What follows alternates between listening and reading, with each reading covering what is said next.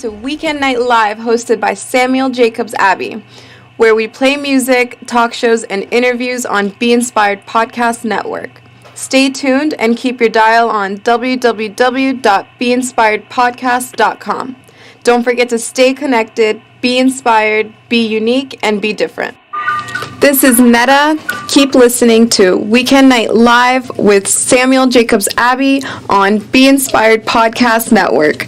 Don't forget to stay connected, be inspired, be unique, and be different. All right, ladies and gentlemen, once again, I want to welcome all of you to Be Inspired Podcast Network, your favorite show, the Weekend Night Live with Samuel Jacobs Abbey.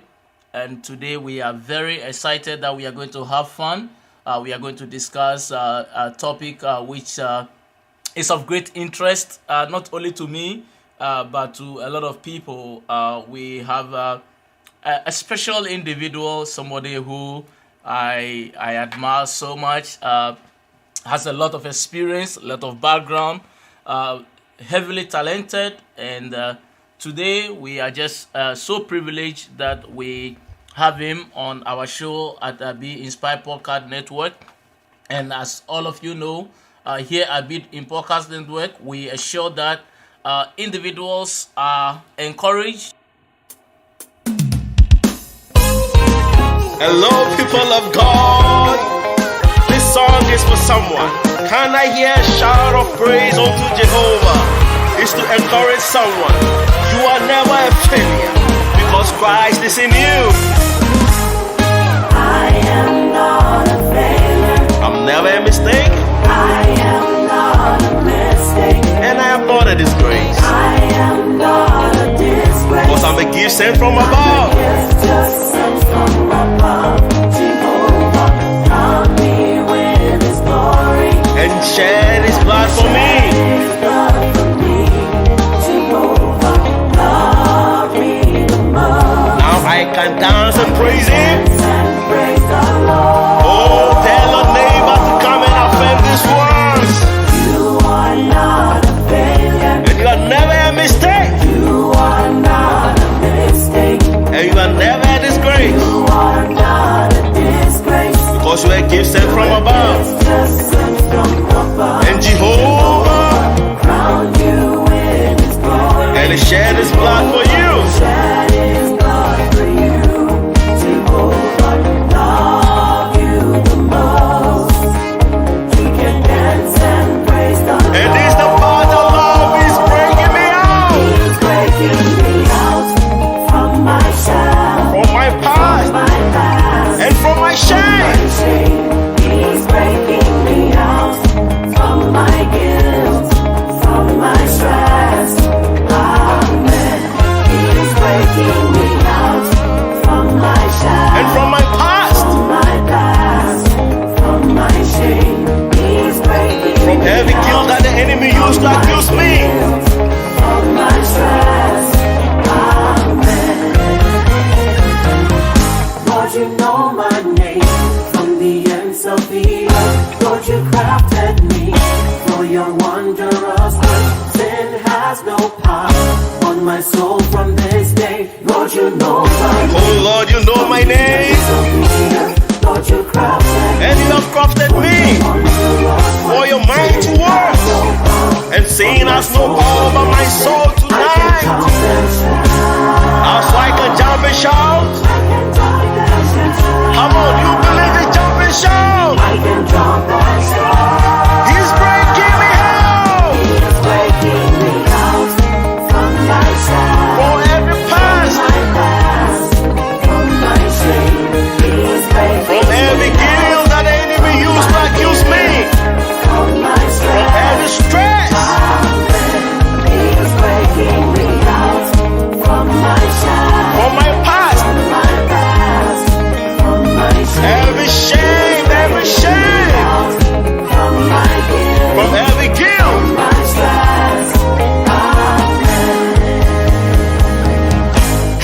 curse of sin, every poverty, every barrenness, every curse of sin, every poverty, every barrenness. Come on, I say this word. Every curse of sin, every poverty, every barrenness. Hallelujah. Don't stop, don't stop. This is a warfare declaration. It's time to break any limitations in your life. Accompanying it by a faith and a belief system in Christ. Come on! Every curse of sin, every poverty, every barrenness, every curse of sin, every poverty, every barrenness. Break everything! Every curse of sin, every poverty, every barrenness. Every curse of sin, every poverty, every barrenness. Oh, yeah, yeah, yeah, yeah, yeah. Yeah, yeah, yeah, yeah, yeah. Yeah, yeah, yeah, yeah, yeah,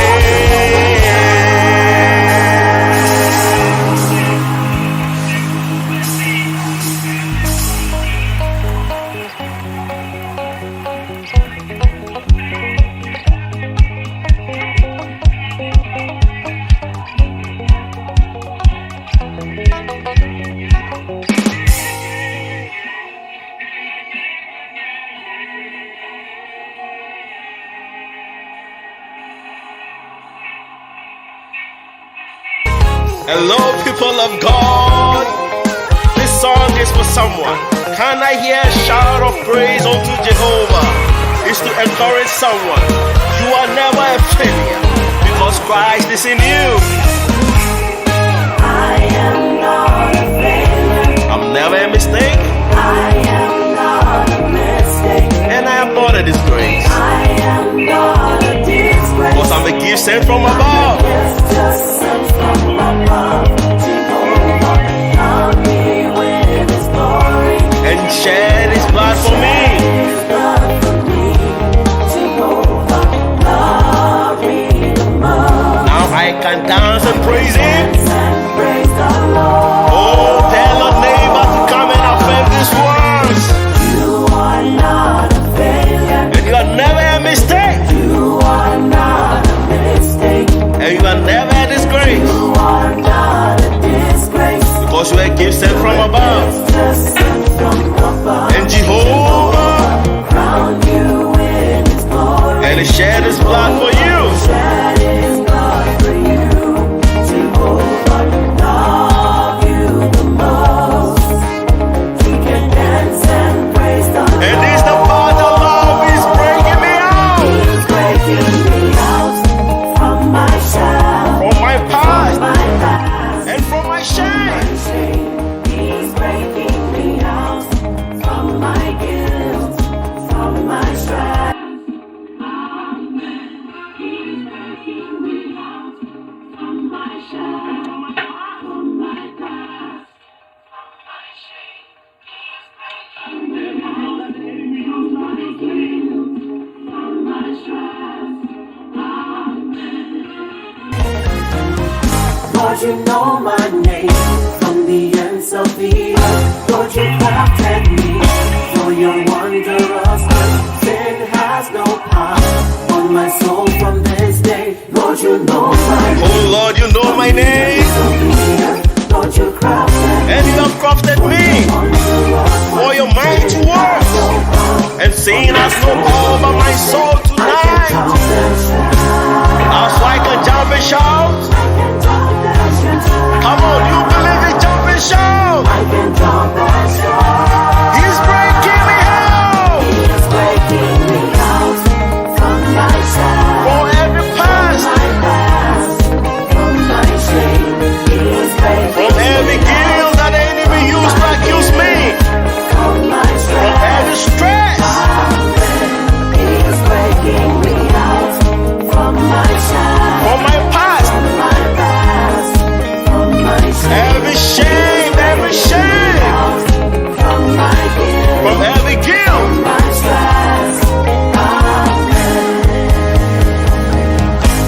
every curse of sin, every poverty, every barrenness,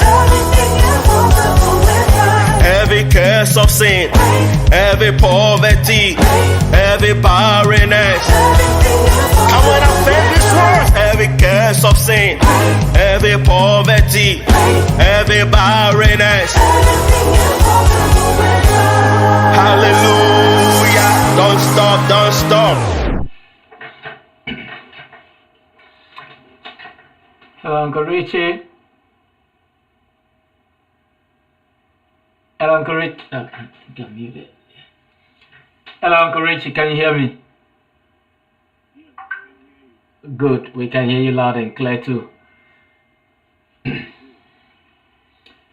Alrighty. So, before we start, I want us to say a word of prayer, and then we will start today's show. Father, in the mighty name of Jesus, we give you glory, we give you praise. We thank you for your blessings, and we thank you for your love. Thank you for watching us throughout the previous year and granting us the opportunity to start yet another year. Lord, today being the first of 12 series of events in this year, we pray that you bless it and make it more meaningful to all of us and to build our marriages. We thank you in Jesus' mighty name. Amen. Amen. So guys, we are very excited that the year 2023, we are starting this year's show with the topic, where do we go from here? Where do we go from here?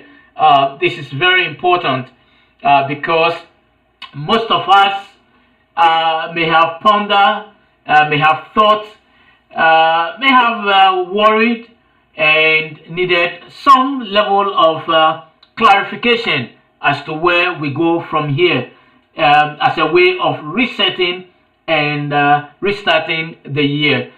We are once again so privileged to have Mr. and Mrs. Crab to take us through an hour of learning and an hour of question and answer time. So at this time, I hand over to Mr. and Mrs. Crab. Thank you.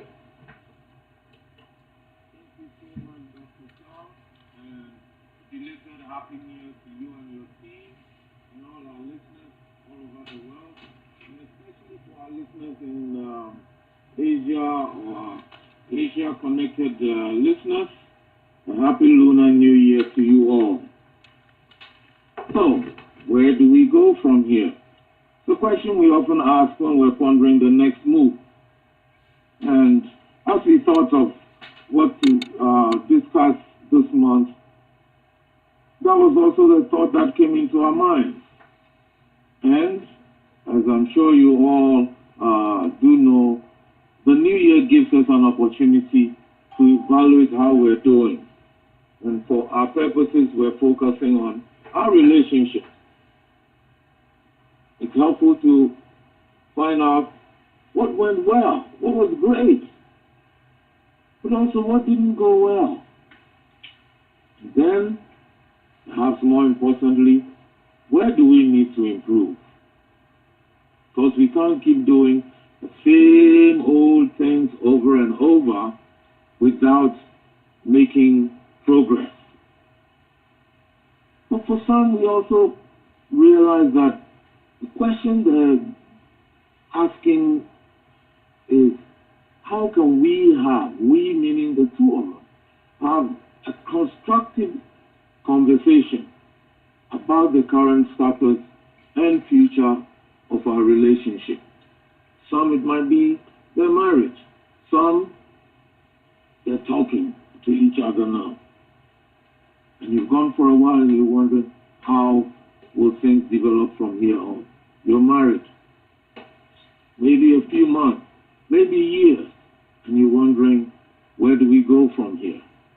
So whether married or single, it's easy to compare your relationship or to someone else's and say, oh, I'm doing very well, or feel terrible. because they may seem happy to you, and I'm using seem because they might look that way, but they may not really be happy or enjoying, what they have. But more importantly, how can you evaluate a relationship to know if it has a future? See, whether married or single, we may not be objective when it comes to evaluating our own relationship. Why? Because maybe you like your partner, or you value the respect or benefits that you get from the relationship so much that you don't want to say or do anything that might upset or offend your partner. So let me keep quiet. Let me just stay. Or perhaps you're too invested in the relationship to have a clear perspective, an unbiased one. Some people might say, I've helped to put him or her through school. I can't let him go. I can't let her go. Or I've helped her to emigrate and get a better life. If I let the person go, someone else is going to benefit. We tend to think, I am invested. I must get a return, and a good return from whatever I put into this person or a relationship with this person. What does the state of your relationship mean when we're talking about knowing the state of your relationship? It simply means how your relationship really is to both of you. And you will hear us say both of you a lot in this program, because any relationship is made up of more than one person. A relationship is never about only one person.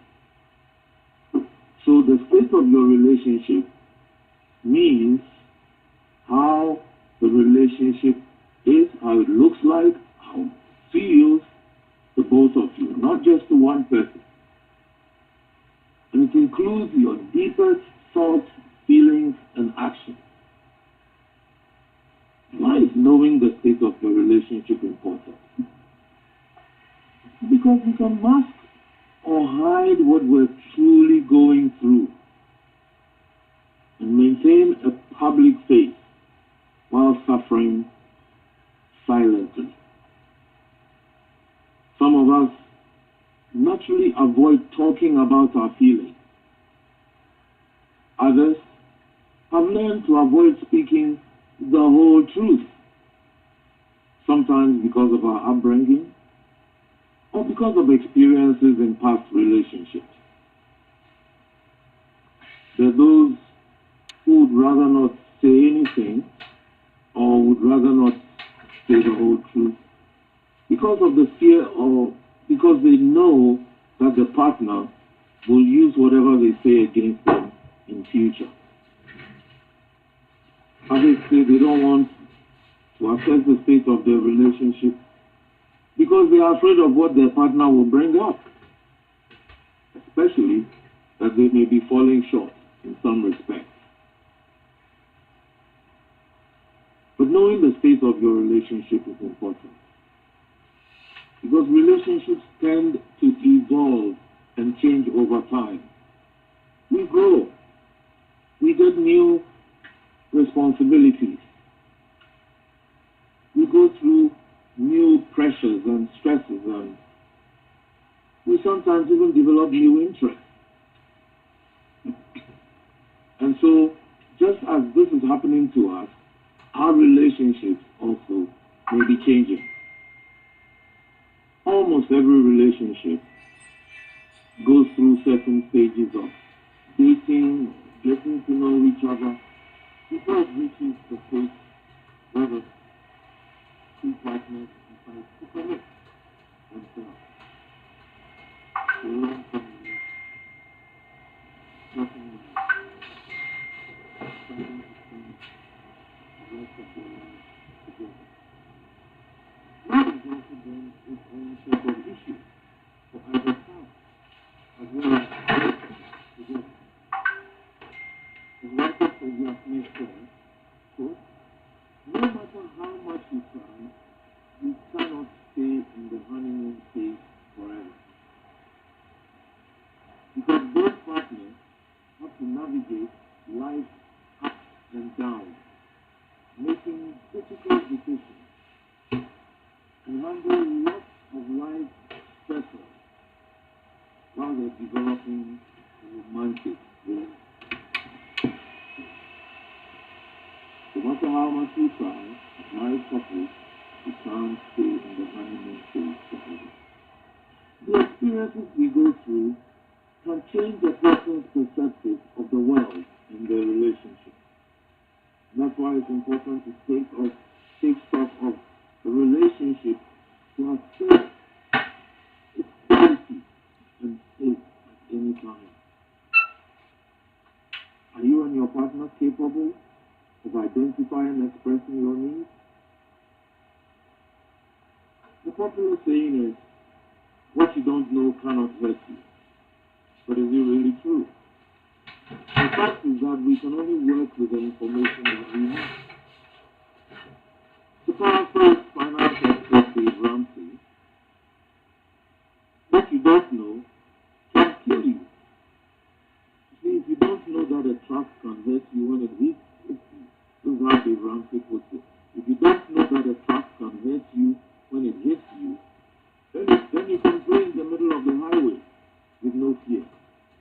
But that doesn't mean you won't get killed.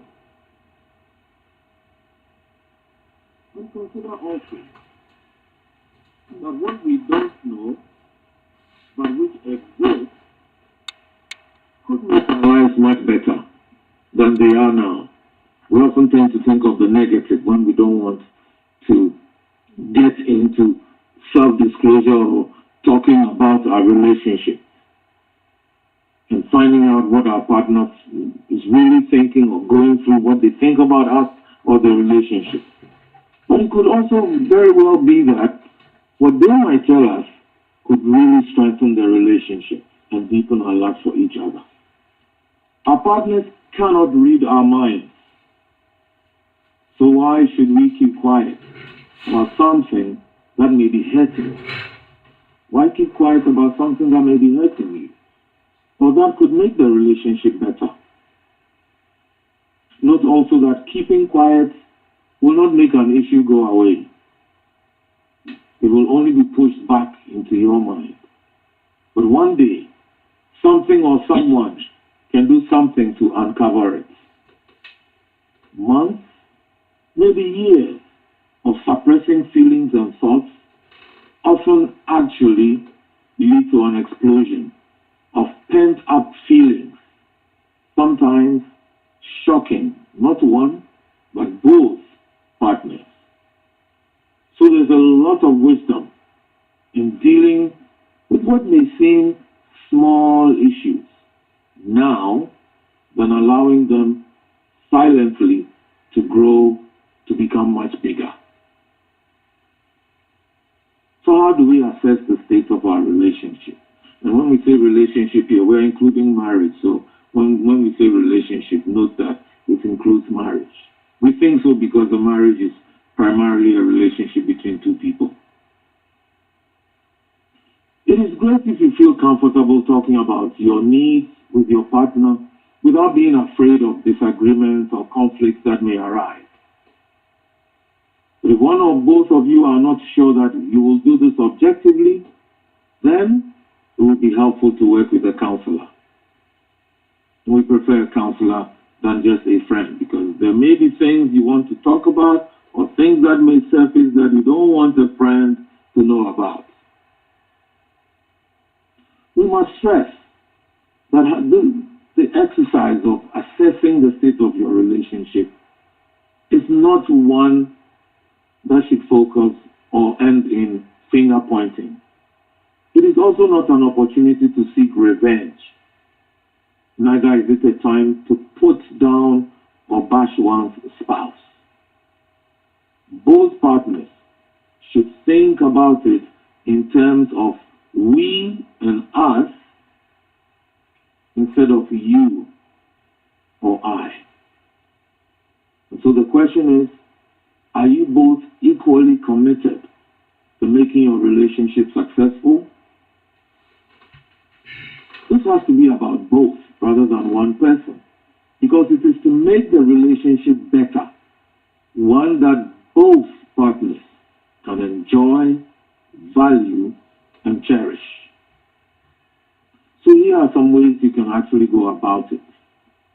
First of all, we encourage starting by both partners committing to honestly and seriously do the assessment with the aim of improving the relationship. Each partner then does a self-assessment of the relationship to identify strengths, weaknesses, needs, and areas requiring improvement. So first thing is we both commit ourselves. Yes, I'm going to be honest. Yes, I'm going to take this seriously. I'm not going to do it just to please my partner. No. This is good because I will learn things about myself. Maybe from me or maybe from my spouse or my partner. Second, identify the points or issues you strongly feel you need to discuss about your relationship. We suggest listing up to three top positives. That is areas where you're doing well. You individually or collectively as a couple are doing well. And then list also 3 key areas where you think either of you individually or jointly, either you individually or jointly with your spouse need to improve. Note that we've used the word need rather than like, because we might pick things we like instead of things we really feel or know that we need. And sometimes it's the issues we consider sensitive or uncomfortable that we really need to talk about. Third, make time. Schedule it to discuss your points. It won't happen simply because you've talked about it. Make the time and agree. We're going to do it Sunday at 7 o'clock or Saturday at this time, or make sure you remember both have to be committed to it. And this is where you might need a counselor to guide you in dealing with the real issues which may lie underneath the points you have listed. If you can discuss by yourself, it's better to tackle one point from each person at a time. Because to do everything 6 points, that's 12. When you want to give this airtime, you really want to make sure you discuss it well. And it's likely that you will need more than one session to do this exercise. So plan for that. Maybe you think, oh, I'm so busy. What is more important than the relationship itself? All the things you're doing. In the end, for whom? That's if you're married. And if you're not married, you're more interested in everything else you're doing, what message are you sending to your partner? So make the time and likely more than one session for it. The fourth point is to listen well. Don't just listen, but listen well. Learn to listen to each other rather than listen to defend, or worse, to try to explain away your actions or your partner's concerns. You know, this is where it can become irritable if all that you're doing it.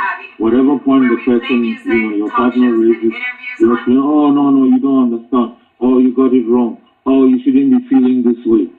We have to validate what our partner brings because that's how they're feeling. That's what they're thinking.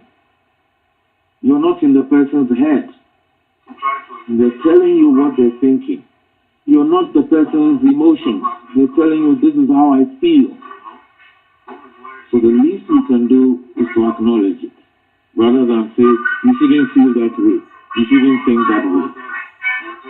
That's how I feel. And so let's not try to explain away our own actions or our partner's concerns. We often say that each partner must learn to listen to the other and to listen so that we can learn from each other. If we're only listening so we can get back at our partner, then the exercise is a failure. And we're listening to find out, what are we doing well? What aren't we doing well? What are we doing poorly? And where do we need to improve? What are we doing with a little more effort? It's going to be great. So beware of reacting angrily or belittling an issue. Sometimes worth belittling your partner for what they bring up. Remember also that what may not be a problem to you may be a serious one for your partner. And fifth, jointly agree on areas that you need to and can work on right away. Jointly agree on the area that you need to and can work on right away. And the steps that you should take to achieve success. For example, regarding helping to look after the children at home, some people say, start with the simple things like the husband taking care of the baby while the wife is studying for an exam. That could be something that you would do. Because maybe wife is already too stressed after going through everything, the whole day, work, etc. And then now, evening time, night time, she needs to study. There is the baby or the kids all over mommy. Daddy can help by taking care of them. This is just one example. You know your lives, and you can come up with those areas. So let me recap quickly. First, commit yourselves to honestly and seriously do the assessment. Second, identify the points you need to discuss with your partner, the spouse, about your relationship. We said list 3 top positives, things that are working well, and then 3 key areas where you think either you or individually or jointly with your spouse need to improve.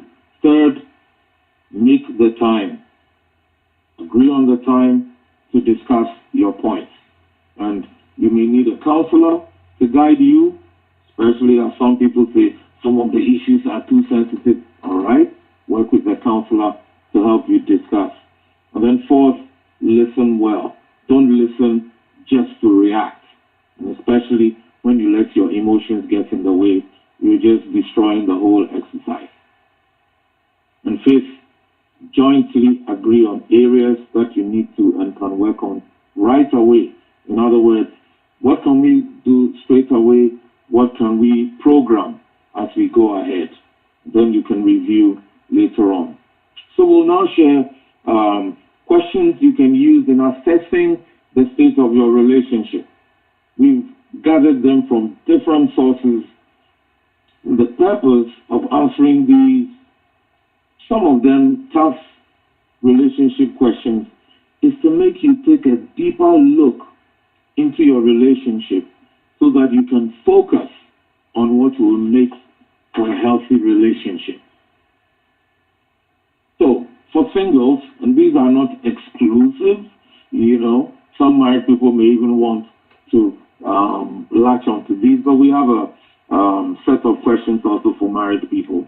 So for singles, one of the most interesting things we sometimes ask singles is, do you argue? If so, are you able to keep the arguments from getting out of hand? That is, getting angry, one person walking away, one person feeling terrible afterwards. How do you argue? And then are you able to come back and then calmly discuss the problem and reach a resolution? Next, how do you make decisions? Do you feel you're part of the decision afterward, or you always have to defer to your partner? If you find yourself always having to do what your partner wants, so you have to think again. This is not a relationship. This is a dependency. Then also, do you know what your partner is most sensitive to? The things that really bug them, for example? And then, do you agree about the vision and goals for the future? Now, let me explain this. Being in agreement doesn't mean, every word, but it means having a similar view of what's important in life. For example, how you show love to each other, children and family. What are your views about children and family? How about jobs, career, money? All that makes for having a good life together. Do you have general agreements? And then what about vision? When we say vision, we're talking about how do you see your ideal day? Some of you are thinking, okay, we're going to have 3 houses and all that. Yes, that's long term. But start with how do you envision your ideal day or your ideal life? What are your goals? What is your purpose in life? And then, as a couple, can you proactively and individually and as a couple look ahead and decide, plan, and carry out what is important to both of you? You're wondering, why are we saying this even for singles? I said married people can do the same. But if you're going to spend the rest of your life with this person, doesn't it make sense, especially if the relationship is getting serious, to talk about what the future will hold for both of you? The future just doesn't happen. That's why some succeed and some, they just struggle into the future. But these conversations, some of these things we said, have to do with being comfortable. Counselors use the word safe, feeling safe with each other, that you can express your dreams and hopes without fear of criticism or even ridicule. So the question to ask yourself is, can I say what is important to me? And can we agree on it? And part of the agreement also has to do about your needs and expectations in marriage if you're not married, and about how to meet those needs. The couples who get married and then they find that they have totally different expectations that they haven't even talked about. And it's frustrating to begin to hold someone to expectations that they had no idea they would have to fulfill. So, better now than later. And if you're afraid you're going to drive away or push away your partner, then maybe they're not for you. Because you have to feel safe with each other. Another area to think about as singles, do you agree about the role of the extended family? This is going to be a part of your lives. And then we come back to the safety. But this one has to do with, do you feel emotionally safe with your partner? In other words, can you express your feelings? Do they respect your feelings? or they keep trying to say, no, you shouldn't feel that way, or it's not important when you bring up how you're feeling about something. And as said previously, that if your partner uses information you share against you, especially when they are upset or you're having an argument, if that's happening, you need to think again about your relationship. But it doesn't mean you leave the relationship. It means this is an issue that needs to be addressed. How about for married people? For married couples, do you and your spouse challenge each other to be a better version of yourselves? One of the things we encourage the couples we have for premarital counseling especially, we ask them, since you met this person, how have you seen yourself developing? Do you challenge each other? Despite what we think at the time we're getting married, no one is perfect. No. And so it's important if we encourage and challenge each other to grow and become better people every day. Having said this, we need to caution that doing so is completely different from constantly criticizing your partner's actions or pointing out where they have failed to meet your expectation. That's not encouraging or challenging them to grow. We're talking about encouraging each other to be and to do better. Next question. Do you and your partner allow yourself to be vulnerable in the relationship? Again, this has to do with the emotional safety. You know? Do you feel comfortable sharing your feelings? The real feelings, not the public relations one, you know? Then do you and your partner accept each other for who you truly are? I think we said before on this program that it's easy before marriage to talk about, oh, she's so perfect. Oh, he's the one who completes me. We get all these statements. And then after marriage, we try to begin re-engineering each other. But ask yourselves, do you two, the two of you, as a couple, truly know and accept each other? Or you are rather focused on trying to change each other?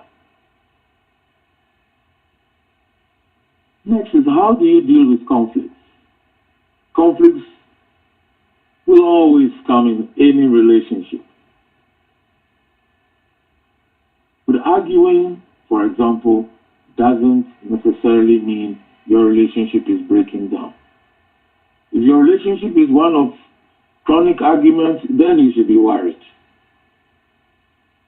And if all your arguments are filled with contempt, looking down on each other, for that matter, criticism, name-calling, time to assess your relationship. Next, do you make big decisions together, or one person decides and informs the other and takes it that, oh, he knows, she knows? Both partners need to feel free to talk about their concerns and express their feelings to have a healthy relationship. Can you two discuss and make joint decisions instead of one person controlling the other? And control sometimes comes from withholding information and using information as a tool of power. Then I love this one. We love this one. Are you and your partner protective of each other?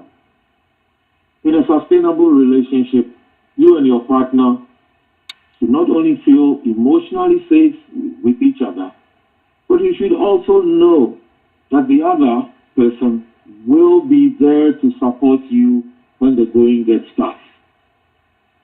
So, do you defend your partner, or you join the opposition when they say something negative about your partner?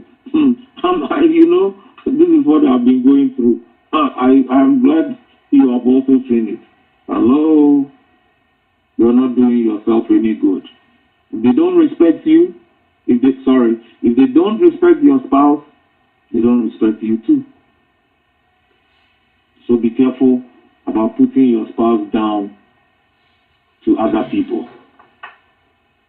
Next, are you and your partner honest with each other? Do you have to lie or hide things from the other person to avoid conflict? Or can you be completely honest and tell each other the truth, even when it's hard? Somebody once told me, women are fragile, so be careful, don't tell your wife some things. And I said, if she doesn't know especially when you're going through, some difficult times. And I asked, I said, if she doesn't know, how can she help me? She said, women are, and these women are like this, men are like this. The earlier we took those things out of our mindsets and our vocabularies, the better for our relationship. Get to know your partner and cultivate a relationship where you can be completely transparent, honest, and speak the truth with each other, even when it's hard. We've asked already for single, same for married people. Do you get along with your spouse's friends and family? Maybe not everybody, but even if you don't like them or they don't like you, can you still treat them with respect? If for nothing, they're human beings. They may not like you. But on your part, why don't you show them the right way? We talked about sharing your goals, etc., for life before getting married. But in marriage, what do? It's also important to see if you share the same values. Then you may already be going through that, seeing, she thinks differently about how to discipline. He doesn't really think it's important to be involved in politics. What if your values about religion, politics, finance don't align? Well, having some differences might not be a real serious issue, but we believe that for married people, most of your shared values and core beliefs should be similar. If not, you cannot have most values, etc. You are at variance, you're on opposite sides. You're going to put yourself through too much stress. On every issue, you differ. I don't know how the relationship can survive. And then, linked with this is, do the two of you support each other's dreams, aspirations, and goals? Doesn't mean you have exactly the same thing. Goals, maybe yes, but research shows that having a supportive partner increases satisfaction in a relationship. It's also very helpful to have your spouse's constant support and encouragement while you're trying to reach your goals. It's a joy to see somebody graduate and the spouse is there to celebrate with them. How sad it is for somebody to win an award and the spouse is so angry. The lead up, how hard they worked, etc., they're not interested. Next question. Do the two of you really appreciate each other? Appreciating each other is important in a relationship because it shows that nobody takes the other for granted. And you've heard us say it before, it may be as simple as receiving a glass of water from your spouse. Say, but if they give me a glass of water with the food, there's no big deal. But consider, if they weren't there to give you the glass of water, you would have had to go get it yourself. And here, some of you are saying, I can get it myself. What if you couldn't get up? Go get it yourself. Let's appreciate the people. Especially our spouse. then can you two effectively communicate and share your feelings? Often we hear people say, oh, we're not communicating. Then as we break everything down, sometimes it's the how we're doing it. Effective communication helps to resolve conflict and to meet your needs.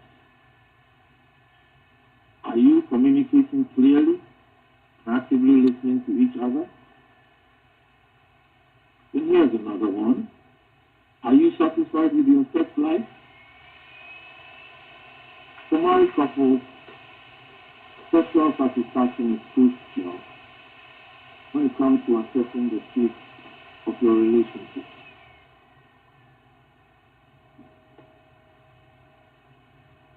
And it's important that this is an area we talk about.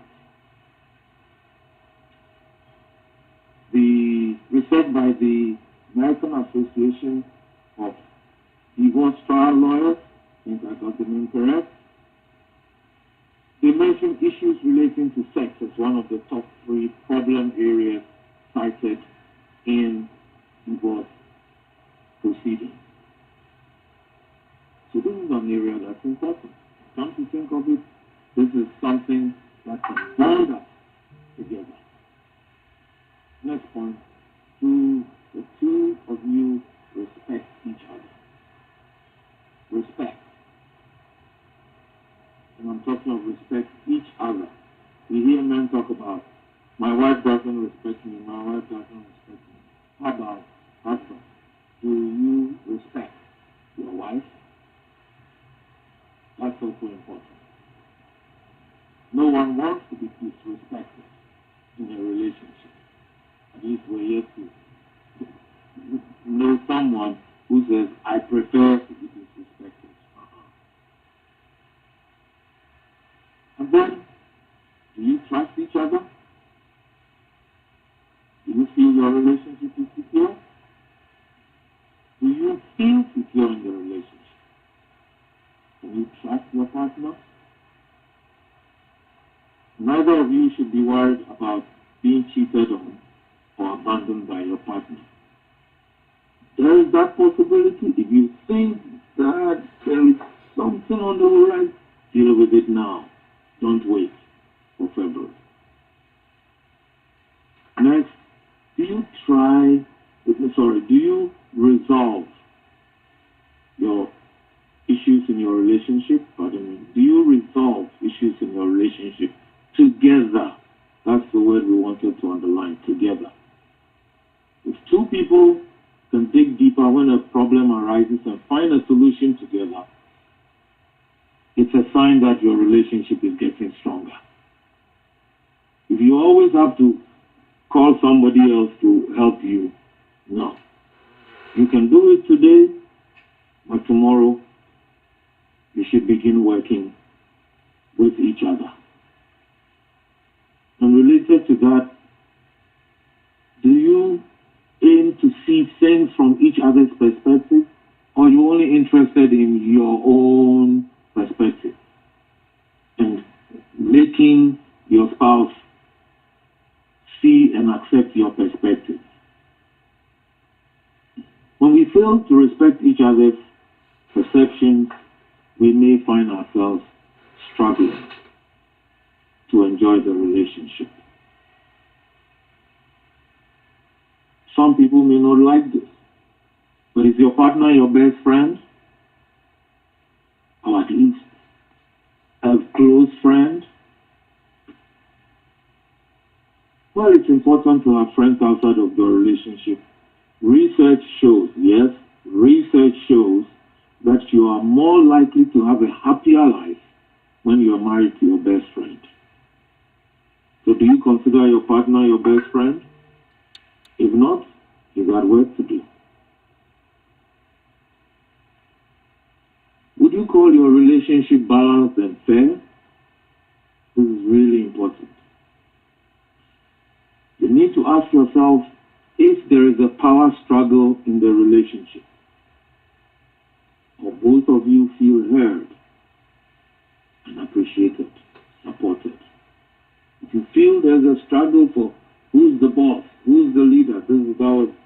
the programs we did, I believe, a couple of years ago. Who's the boss? You know, there's always the power struggle. Why should he be the head? I can also do what he can do. I am earning more. Well, she can't tell me what to do. I am the man. This is a relationship that's in trouble. Then, are the two of you willing to negotiate on things? You know, some would say compromise. Some don't like compromise. So, okay, can you negotiate? And our last two questions. Do you spend quality time together? I often don't like to use the phrase quality time. You know, I often just like saying, you spend enough time together. You know, quality time, quantity time.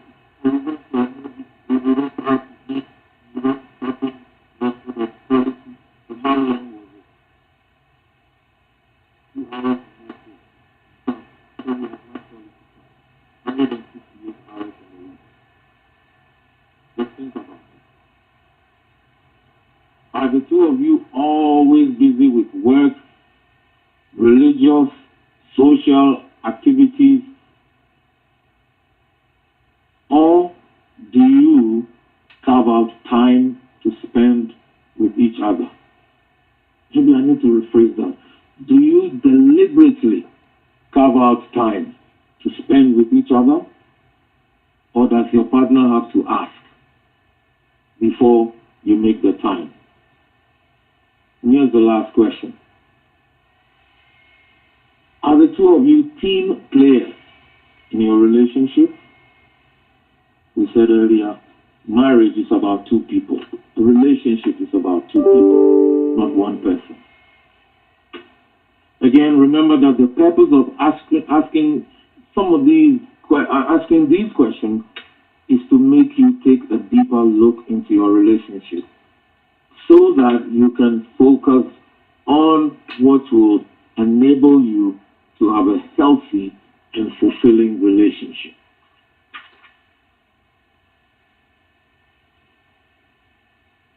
These questions can help you assess your relationship. They can help you understand what you need to keep doing and what needs to be changed for a sustainable long-term relationship. So we'll encourage you, listen to this again. Dr. Jacob Sabbath's team will post it. He'll tell you how he'll post it. Let's all listen to it again. We will. Vivian and I listen to it and see what questions we can work on right away. As we said before, make sure that you're being completely honest with yourself and, by extension, with your partner or your spouse. The most common reasons couples give for their long-term marital success are commitment and companionship. We can't do these things if we don't care for each other. These couples define their marriage as a creation that has taken hard work, dedication, and commitment to each other and to the institution of marriage. In 2019, the United Kingdom's longest married couple, Jack and Joan Bear, aged 100 and 102, yes, 100 and 102, they've been married 80 years as of August 2019. And they said, when it comes to the secret of their marriage, they did argue, but always tried to work through their differences. Joan said, my advice is to talk about things and then don't go to sleep angry. I don't believe couples who say they've never had a crossword, in other words, they've never said anything to annoy or anger their partner. But we always talk about our problems and solve them before the end of the day. End quote. John and Ann Bitar of Connecticut here in the U.S. were married for 85 years, 85 years, before John died at 107 in September 2018. And his wife died 7 months later, April 2019, aged 103. Here's what she said on their 85th anniversary. Quote, listen to one another, no matter what the situation is. We're not arguing, we're listening, and we always listened. End quote. Listen to one another no matter what the situation is. We listen. We've always listened. Countless couples have been where you are today. Some have talked with us or attended relationship or marriage programs, sometimes on the brink of separation. Some of them, they've come just needing a little refresher. Each of them have worked together to develop a renewed commitment to loving and respecting each other in ways they have never felt before. And I'm talking of the couples who today join their marriages. The ideas for keeping your marriage together and moving from enduring to enjoying can be implemented by any couple. The key to success is learning and practicing the principles. We never stop learning, not only for our marriage, but about each other, even to better ourselves. Remember that you are a team. If you sense your relationship is not going well, don't lose hope. The problems you have probably won't evaporate or be resolved in 1 or 2 discussions. They may even seem hopeless to you, but don't lose hope. No matter how big the problem seems, God is bigger. Ask for his help as well. Jesus said, humanly speaking, it is impossible, but with God, everything is possible. That's from Matthew chapter 19, the Gospel of Matthew 19, verse 26. Recently we were in a restaurant and my eyes fell on a poster on one of the walls. And it's about the word impossible. Impossible. Look at the spelling, impossible. It says, and the poster said, even the word itself says, I am, or spells, I am possible.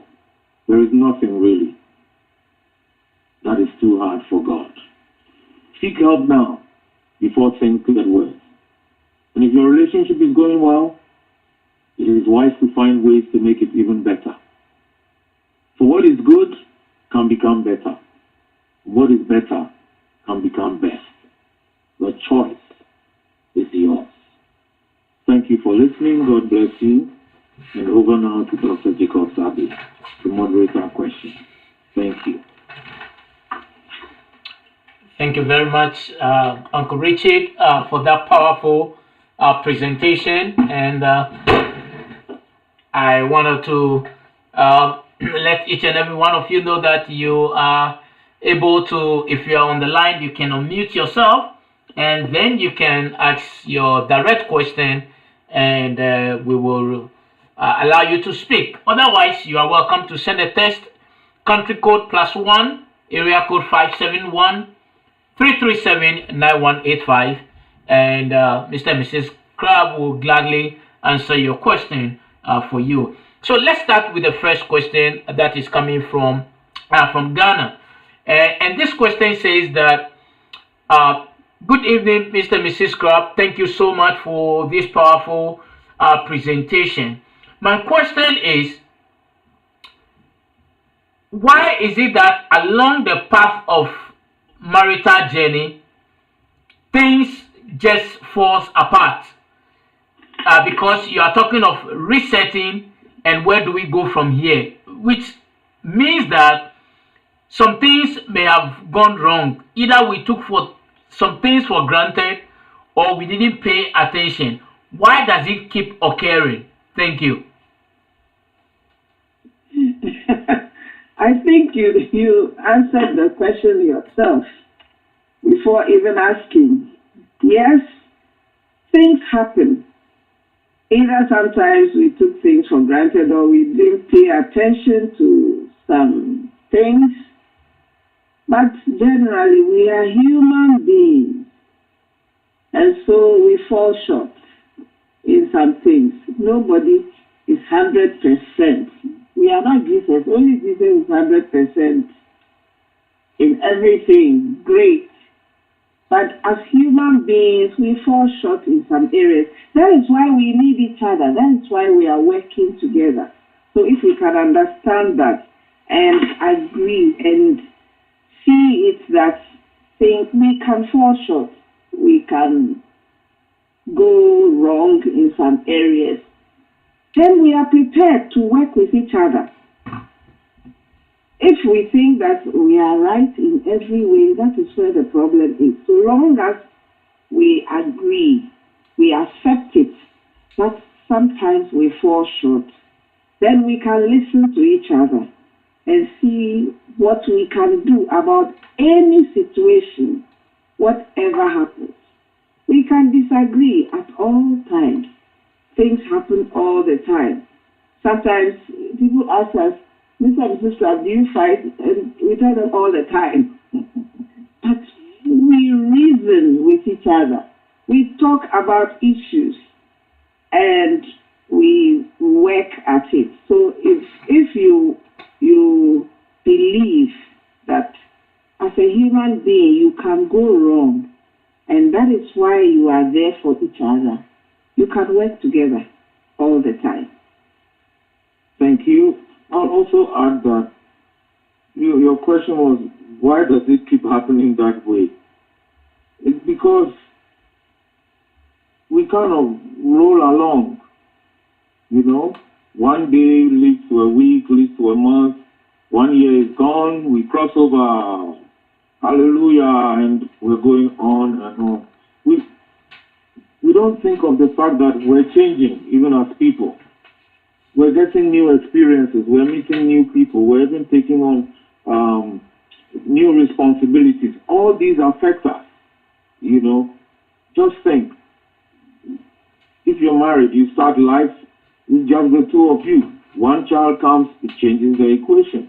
Two, you go from a baby to a toddler. Maybe your children, think of it. Some years ago, your teenager was a baby.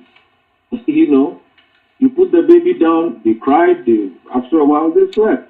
Now you tell the teenager, go to bed, they say, why? You wonder, well, look at what is said. We don't take all these things into account that they affect us. And that's part of why we run into problems. Thinking, well, everything is all right. As Vivian was talking, this phrase came into my mind, The 7 last words of any dying institution are, we have always done it this way. We have always done it this way. But should we always do it the same way without taking into account that those involved, we, us, are even changing, or we are even having to deal with different contexts? That's another reason why the relationship can run into problems. Thank you. Thank you very much, Uncle Richard, for that contribution to Mrs. Scrapp's presentation. The next question is coming from Nigeria, and it says that, sir, how will you proceed with this issue? And the issue is, my wife always asks me to tell her everything irrespective of what it is, because she feels it's better that way. But on countless occasions, A simple thing like, I think your dress doesn't look good tends to create problem. She will not even talk to me for 3 days, and yet she insists I tell her everything. Maybe your wife, Mrs. Scrap, could help us understand women better because she wants to know everything, but yet not prepared to accept what she doesn't want to hear. Thank you. Well, you asked Mrs. Krabs what she wants. If you want your partner to be honest with you, then you have to listen to what they say and don't be upset, because you cannot have two standards. You cannot say that tell me everything like it is and then you get upset. You are not being true to yourself. If you want it so then accept it. Accept what your partner tells you. If you are that kind of person that your husband or your wife tells you something, you say they should tell you. And then they tell you and you are upset and you don't talk to the person 3 days, 4 days, you are only helping the person not to tell you the truth. Because those who say that tell me the truth, and then you tell them and they get upset, they are telling you, don't tell me the truth. That's the message you are sending to your partner, and you will not hear the truth. But you want to hear the truth, so whatever your partner says, talk about it, and don't get upset. If you get upset, then you don't want to hear the truth. That's the simple thing. So if your wife tells you to tell her everything, then tell her that in that case, then if I say anything and you don't like it, let us rather discuss it. But if you get upset, then you are not going to get the truth from me anymore. Because, well, I don't want my wife to get upset. I don't want my husband to get upset. So you will not hear the whole truth. And that is not nice. That is not the way you want to live. You know, there are simple things like they say that we ask our husband, how do I look? But we don't really want the real truth. Do I look fat in this dress? Yes, but I want the real truth. If I'm asking if I look fat, I mean, if you tell me I look fat, that is it. You are the one looking at me. So if you tell me, I will, okay, so what are we going to do about it? So if you want to hear the truth and you are asking your partner to tell you like it is, then accept what they say. And if you don't like it, because of course we are human beings, there are things that we may not like, then we talk about it. So what do we do about it? If we don't like it, we'll fix it. So what do we do about it? That's my simple answer. Thank you very much. Uncle Richard, what about from the man's perspective? What do you think? Well, from the man's perspective, it's about the same thing. I mean, it's scary sometimes because you're wondering, should I say the real thing or what will be the result? And, you know, if as they say, twice bitten, once bitten, twice shy. So, well, last time she asked and I told the truth.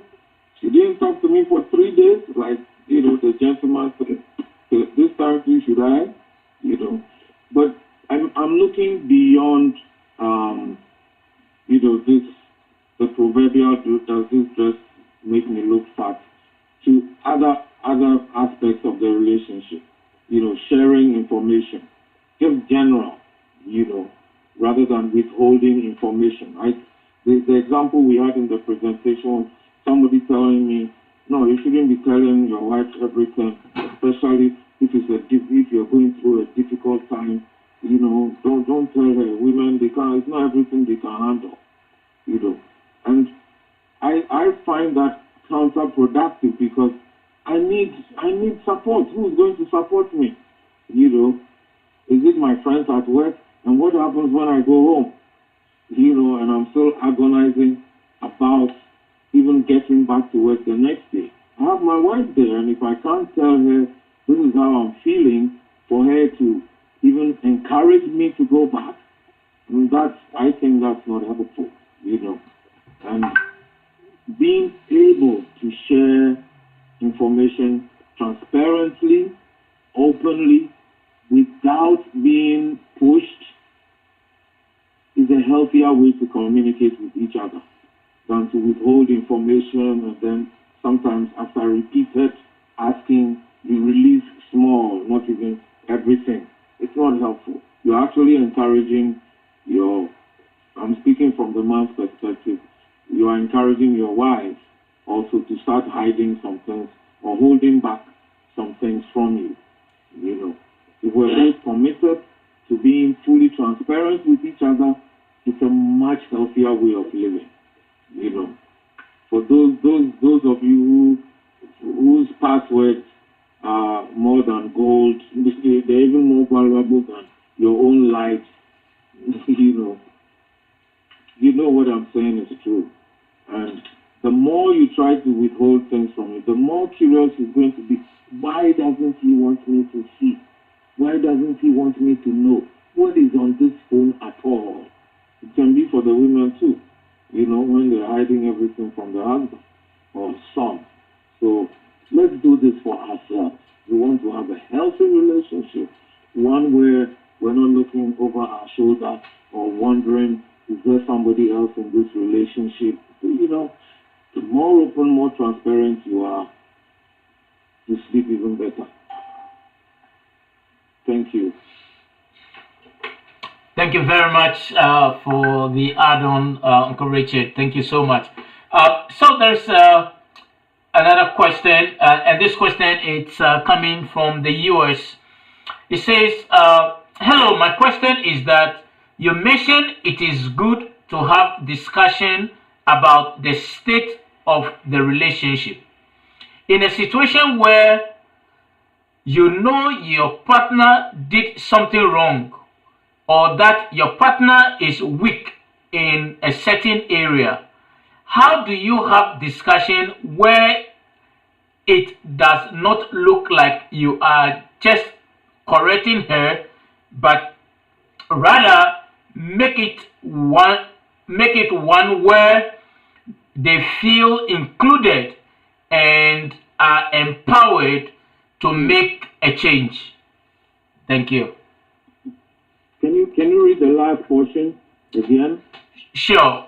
The last portion says that, let's see here. How do you have discussion where it does not look like you are just correcting her, but rather make it one where they feel included and are empowered to make a change?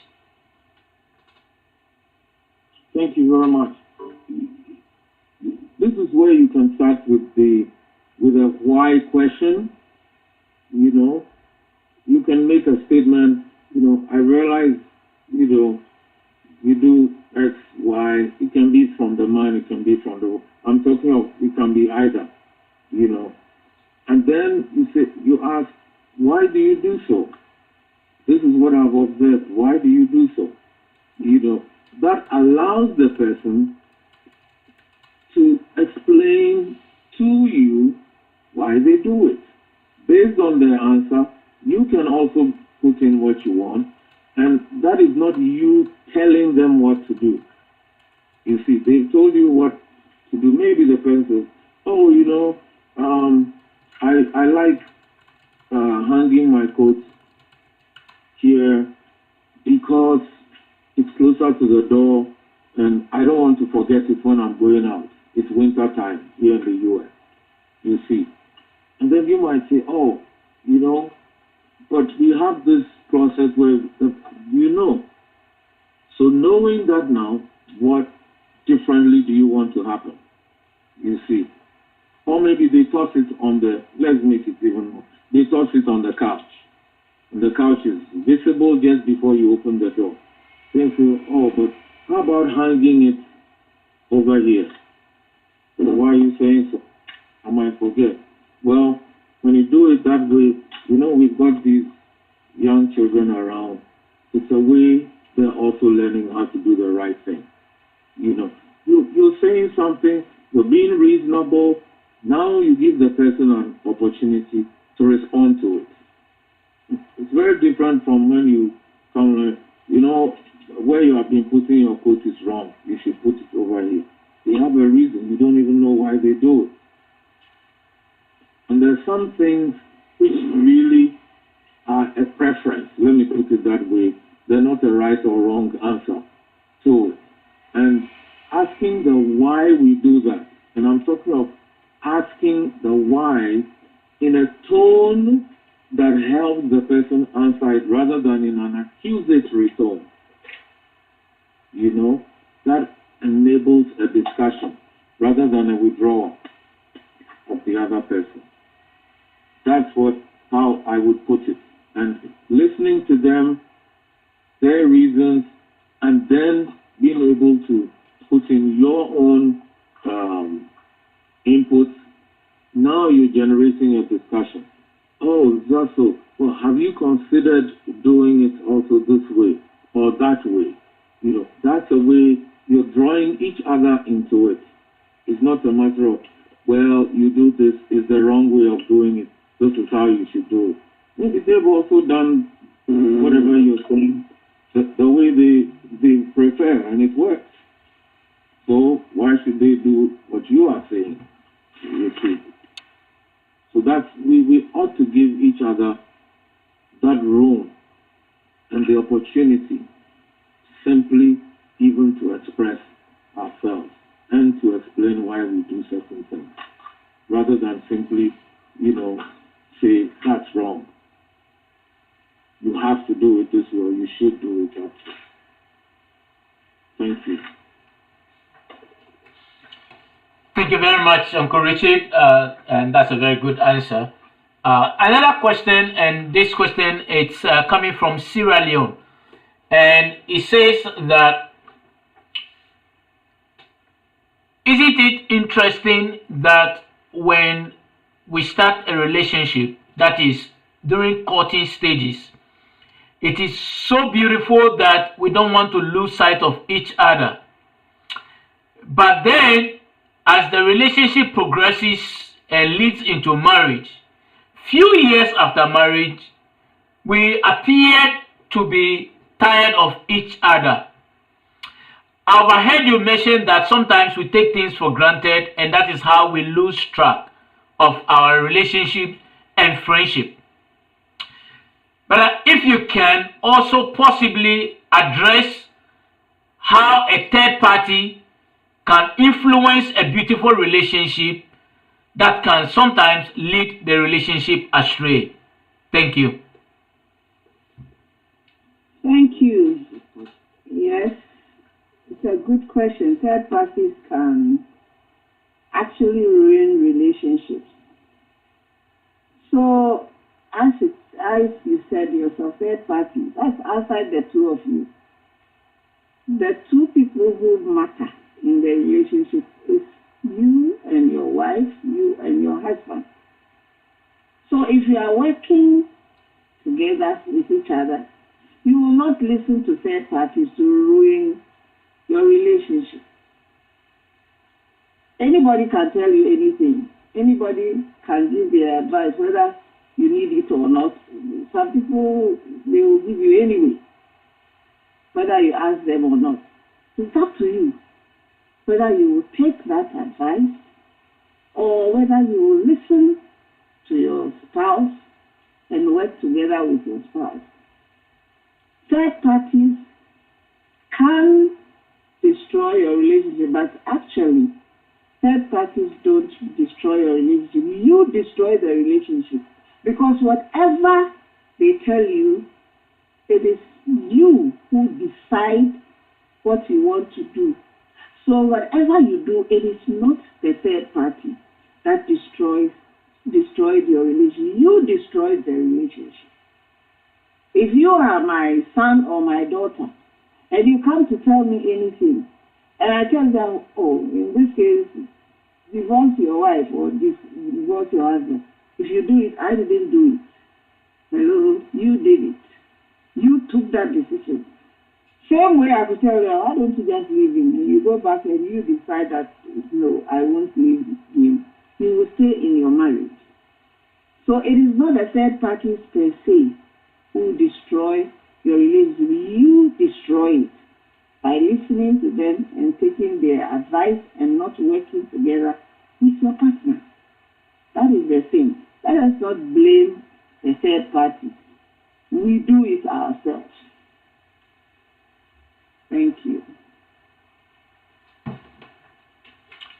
Thank you very much, Mrs. Scrub, for that answer. Another question here, and it's coming from Pennsylvania in the U.S.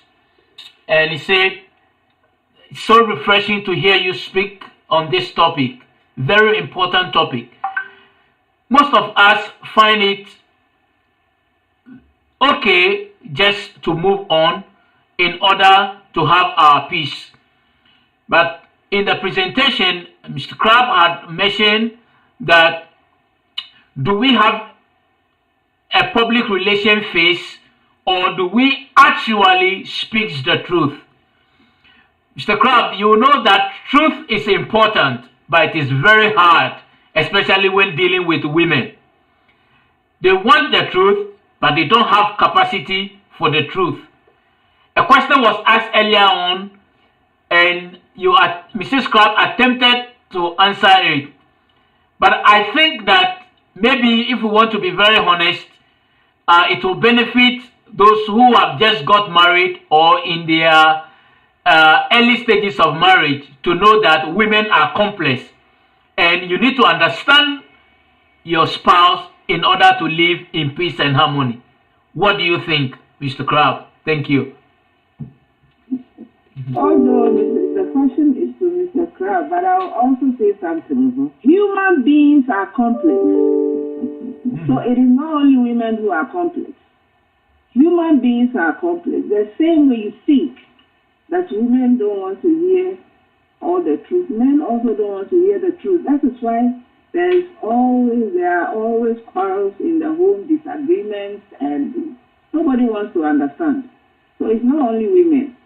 Yes, sometimes women can be very complex, but men do the same.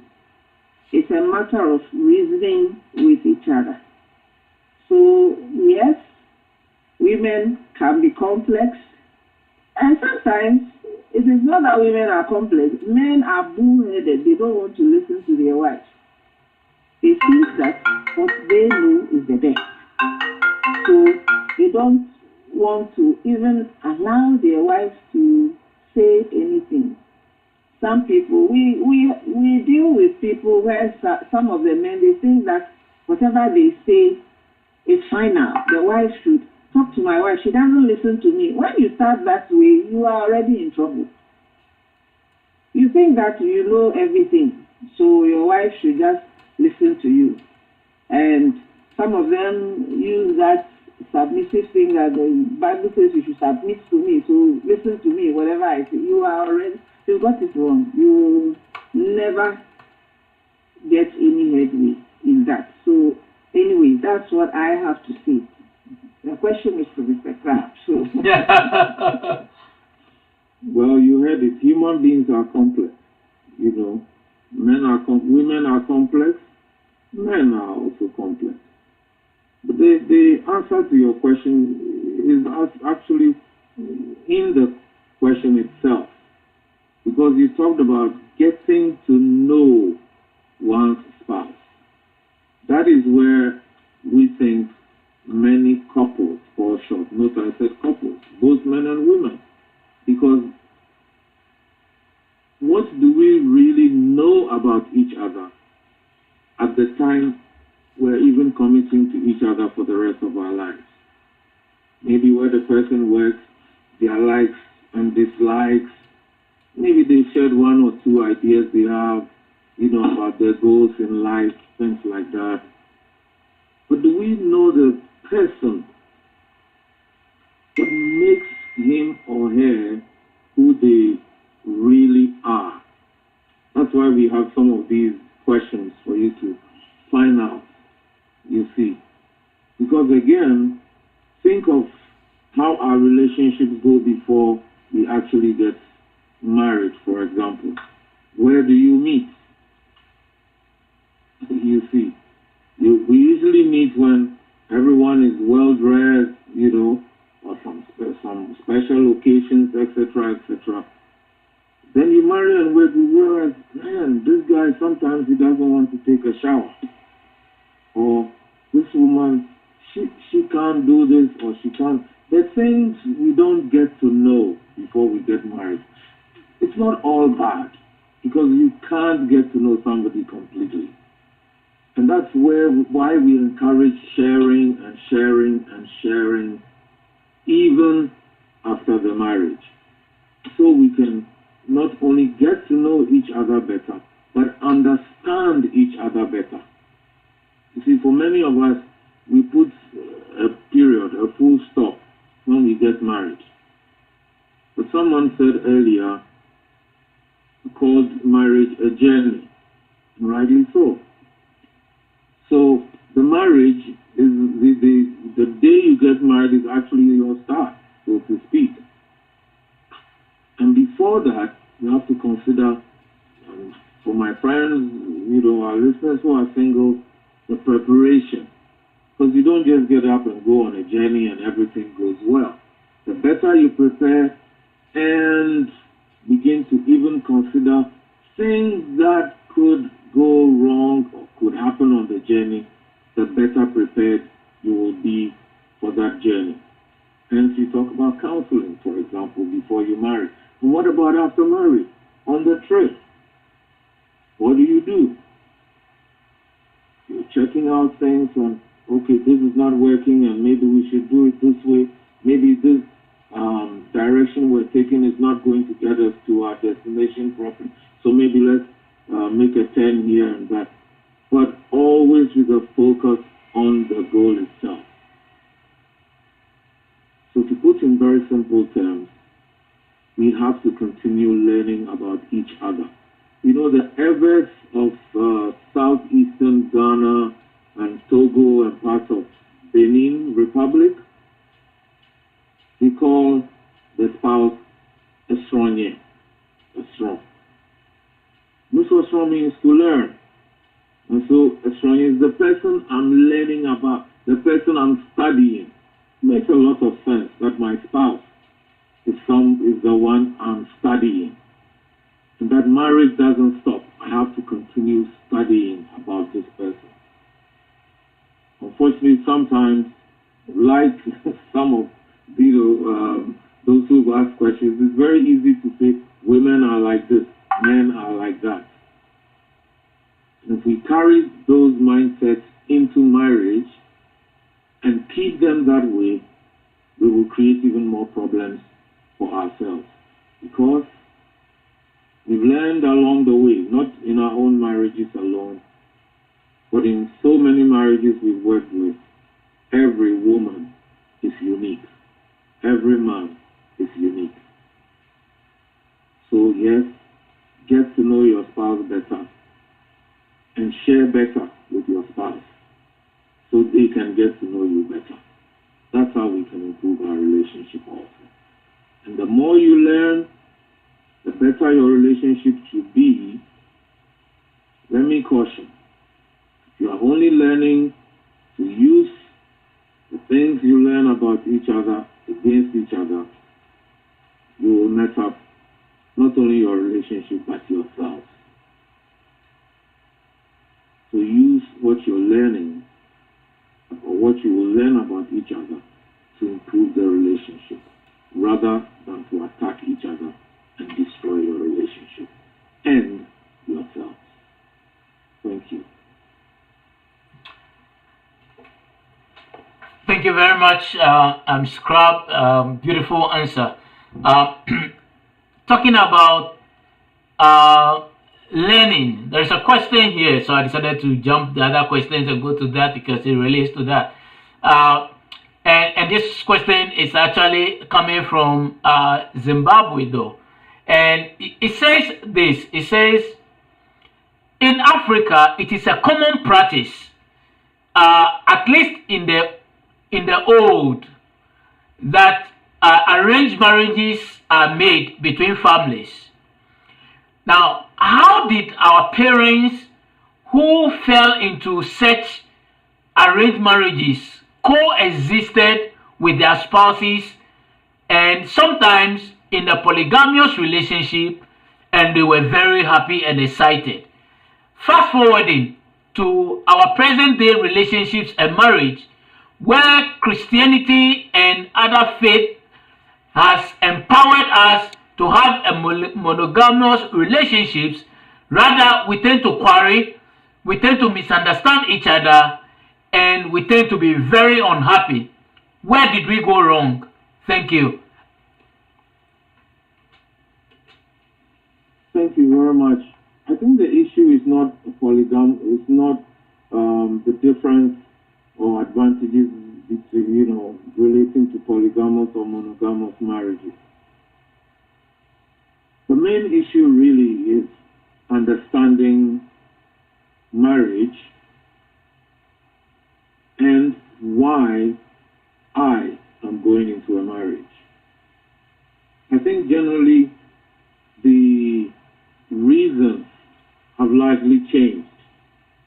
And add to that effect, one, what are the resources for resolving issues within a marriage?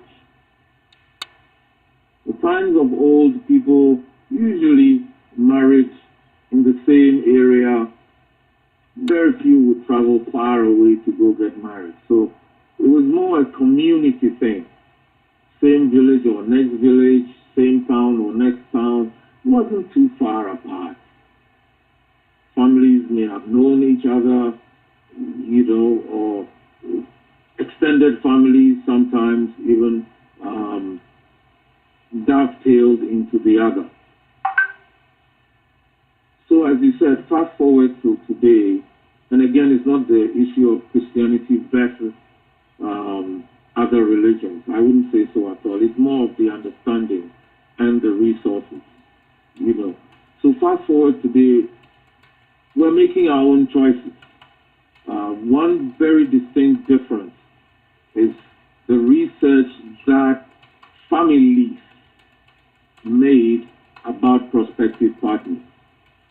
We've lost a lot of that, even though we have the best of communication tools to find out. So two people meet here in the U.S., they decide to get married and inform their families back home. If they're from Africa, let's say, use Africa that you mentioned as an example. Their families may not know each other at all. And how do they even find out? So two people get married. And then what resources are there for them to resolve issues?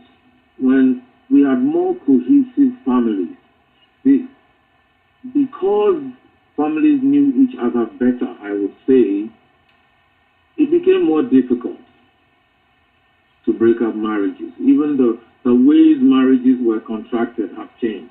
That's a much wider issue to think, to discuss. But today it is more easy. It's much easier to get a divorce. We were driving somewhere in New Jersey, here in the U.S., right on the side of a building, a tall building, a huge sign, no false divorce, $99. Spouse signature not needed. So, somebody wants to break up the marriage. He's annoying me. She really angered me the other day. For $99, the marriage has ended. we do have counselors today and all that. But I think mainly the family-to-family connection that is lost is part of why this thing happens. And urbanization has also made us much more independent than before.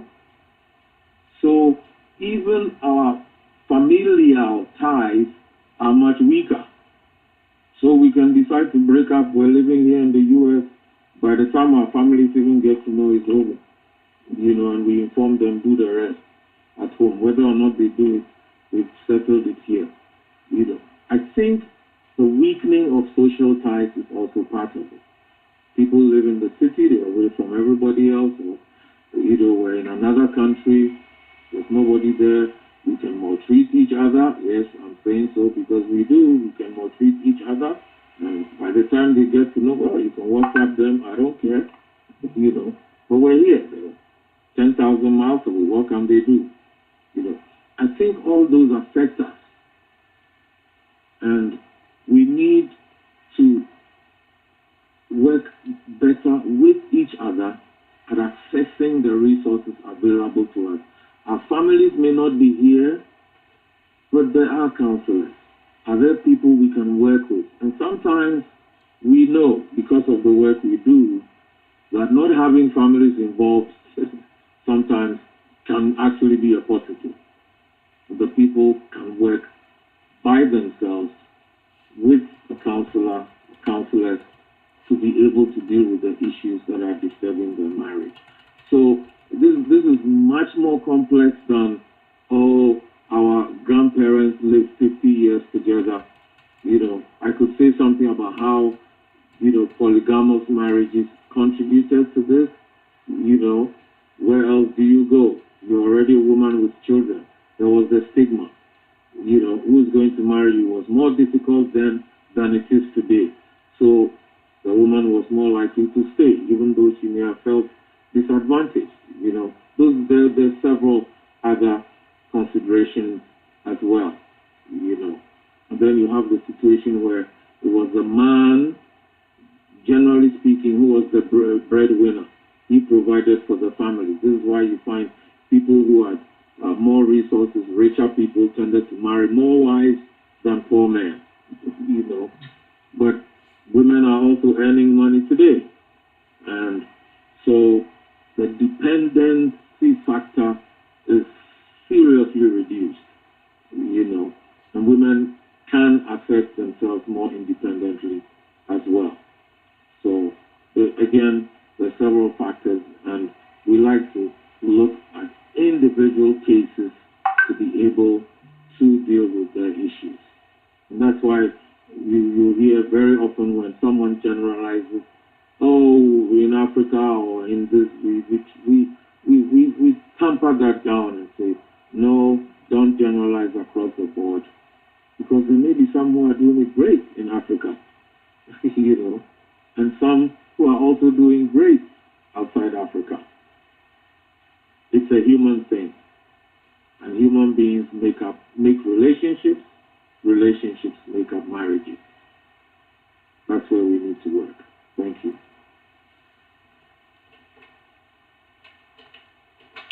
Thank you very much, Uncle Richard. Thank you so much.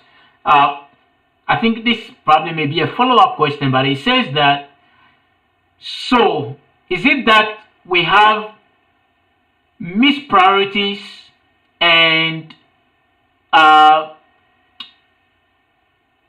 unexpected expectations in relationships? And so once the relationship gets going, people tend to expect certain behavioral patterns. Now, if they don't tend to see that, then the idea of being disrespected come to play. I am saying this because, as a man, one of the things I cannot stand is to feel disrespected. But at the same time, I equally know that it is important to earn respect. But in an event where your spouse is making more money or more resource than you, psychologically, they tend to disrespect men. I'm only generalizing. I am not backing this with any facts. Please correct me just in case my assertion is wrong. But this is my personal experience, and I just wanted to bring it out so that others listening may also learn from it. Thank you. Thank you very much that you say you are generalizing. Without any backing of fact. Yes. See, it's the assumption of a lot of men that when the woman is earning more than them, they don't respect them. But in most cases, we're talking of cases that we have dealt with, people we have met with. It is the other way around. The men feel that they are the head, so the woman should listen to them. There's a statement that you said for them, what you do, what you dislike, What you cannot stand. what you cannot stand, is disrespect. That is some pride up there already. And you feel that you are the boss. So the woman should listen to everything you say. That is the problem. Women respect, you yourself said respect must be earned. Yes. The respect is earned by how you behave, how you work on things, how you discuss things, and you don't give orders. You discuss with your wife. Whatever you are doing, you both talk about it, you reason with each other. Once you think that you are the head up there, she should listen to me, you are going to have problems. Even if you are earning all the money and the woman is not even earning anything, you dish out the money to her, you still cannot command her. Because once you begin to do that, you will have problems. So it is on both of us. You just have to reason with each other. Everybody, nobody is saying that you are not the head. Nobody is saying that she shouldn't listen to you, but you also don't command and think that, whatever you say, that is final. She should listen to you. How do you explain this? What is the disrespect that you cannot stand? What does she do that makes you feel disrespected, that you cannot stand it? Maybe you need to think about it again. What are the things that happen that make you feel disrespected? That's what you need to talk with your wife about. And allow your wife also to tell you how she also feels. Sometimes we are prepared to tell our spouses how we feel, but we are not prepared to listen to them, to know how they also feel. The respect goes both ways. Yes, we have to respect our husbands, but our husbands also have to respect us. And realize that your wife is also a full human being with brains and have ideas which they can bring out. And don't be stubborn and think that, you have it all. So long as you begin to feel that you are the one who knows everything and your wife should listen to you, she will rebel. Everybody does it, even your children. If you are being a dictator in your house, think that you give the orders and your children don't have any say, they will rebel. You will have problems. So it's up to us. What is making you feel that you are being disrespected? Talk to your wife about it and listen to your wife also. Sincerely.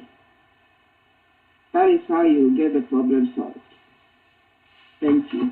Yes. I agree with all the above.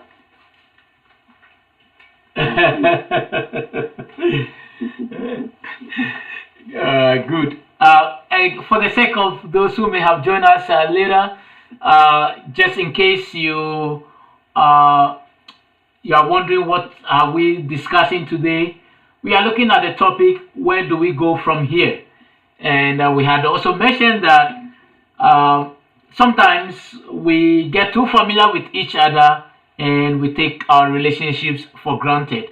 So we are so privileged that Mr. and Mrs. Scrub is taking us through a series of question and answering session now. And so you are welcome. If you're on the line, you can unmute yourself and ask questions directly.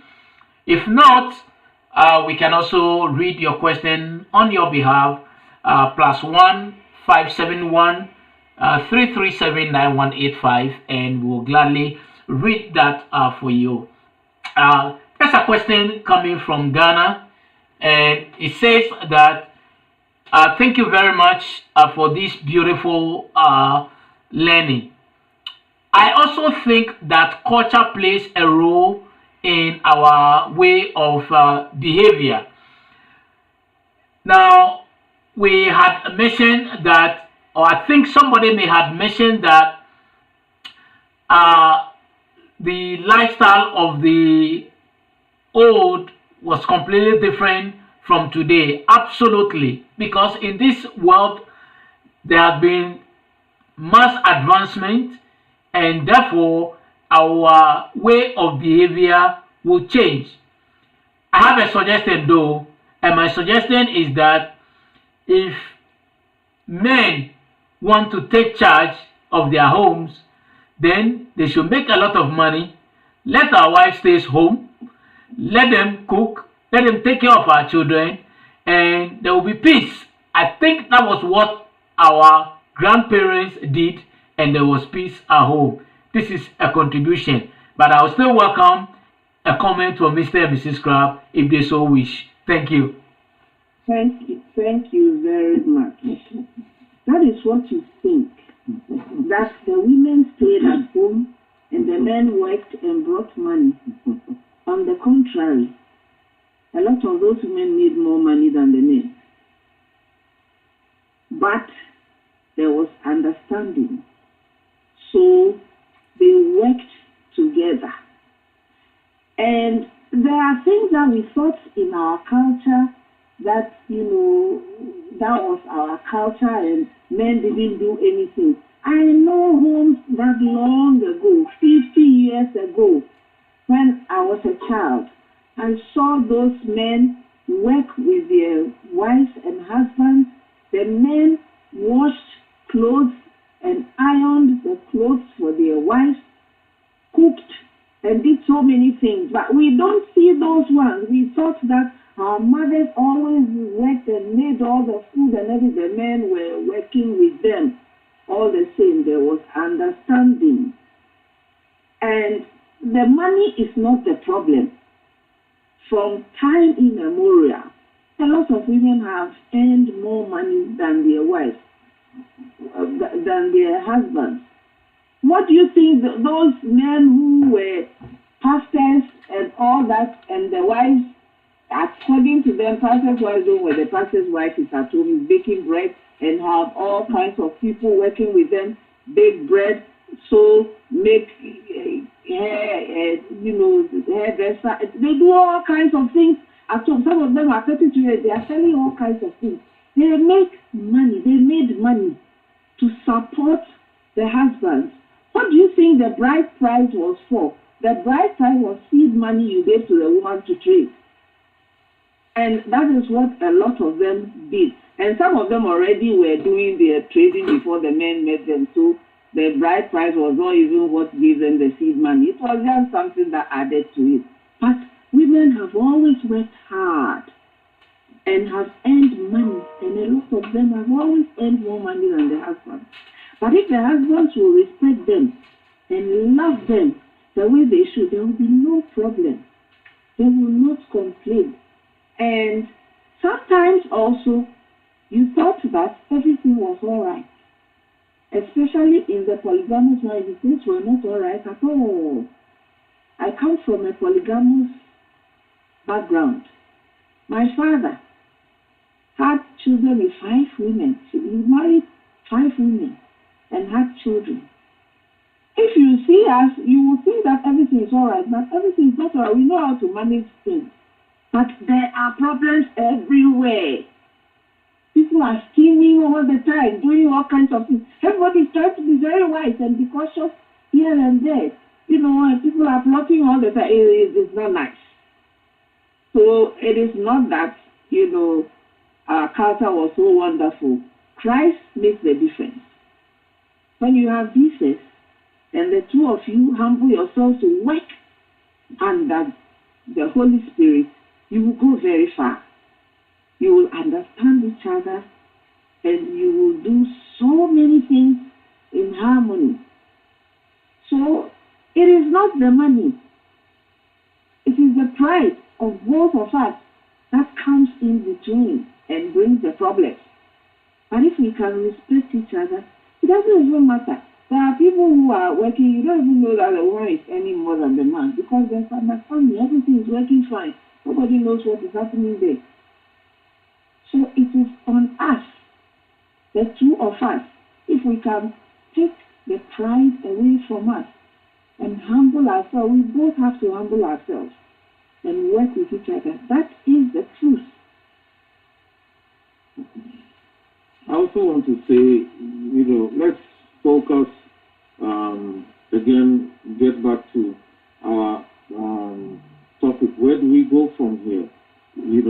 It's important to think about your own relationship. It's easy, we actually said it in our presentation. It's easy to think about other marriages. But yours and your relationship, if you are not married, is the most important. That's the one you have now. What are you doing about it? You see. And for some of us, we are fighting wars on behalf of people who may already be dead. I saw my father treat my mother this way. I'm a woman. I will never let any man do that. So the slightest move you think will border on what your father did, you are at war with your husband.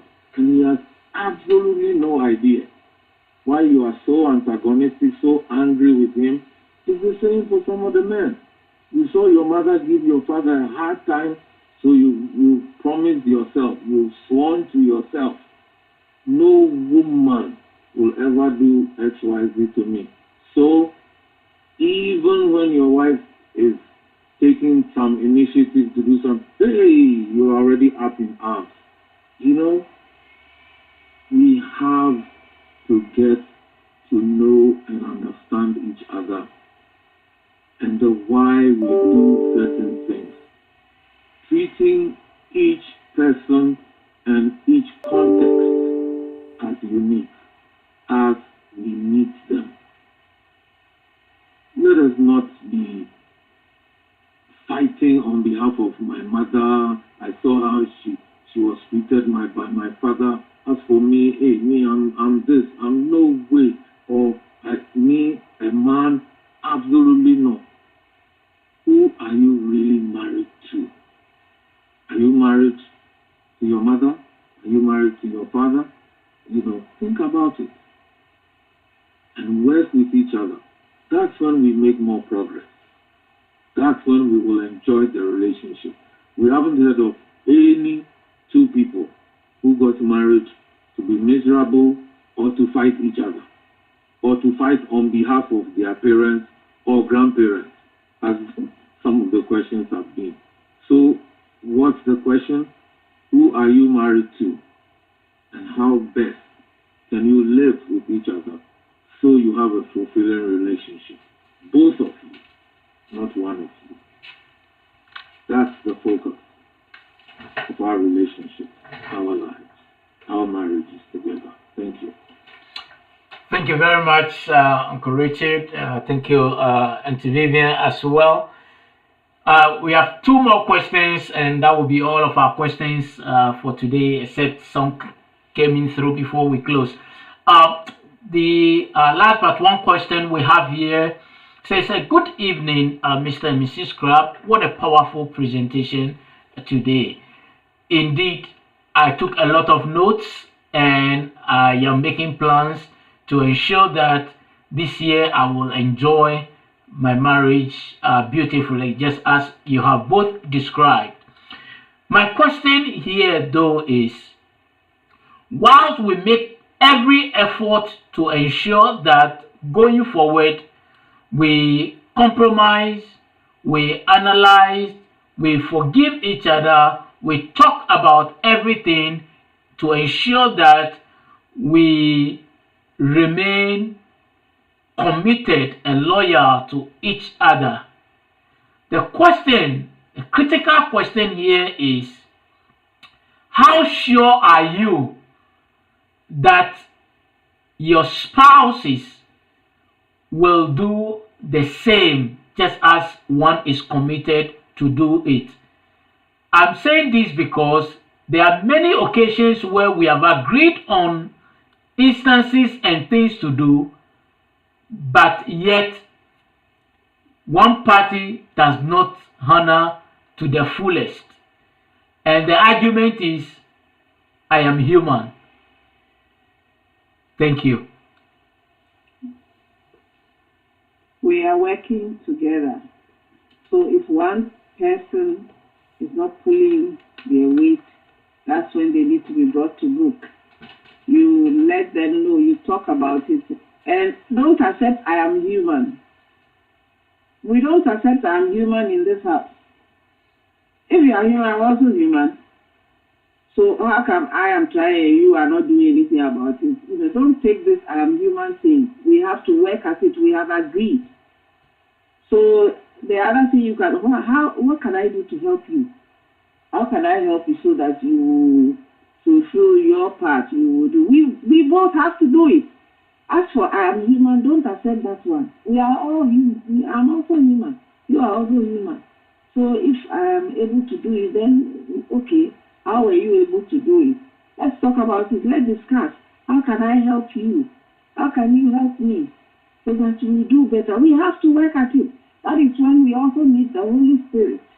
We need God to help us. Some of the things you can see that you need God's help.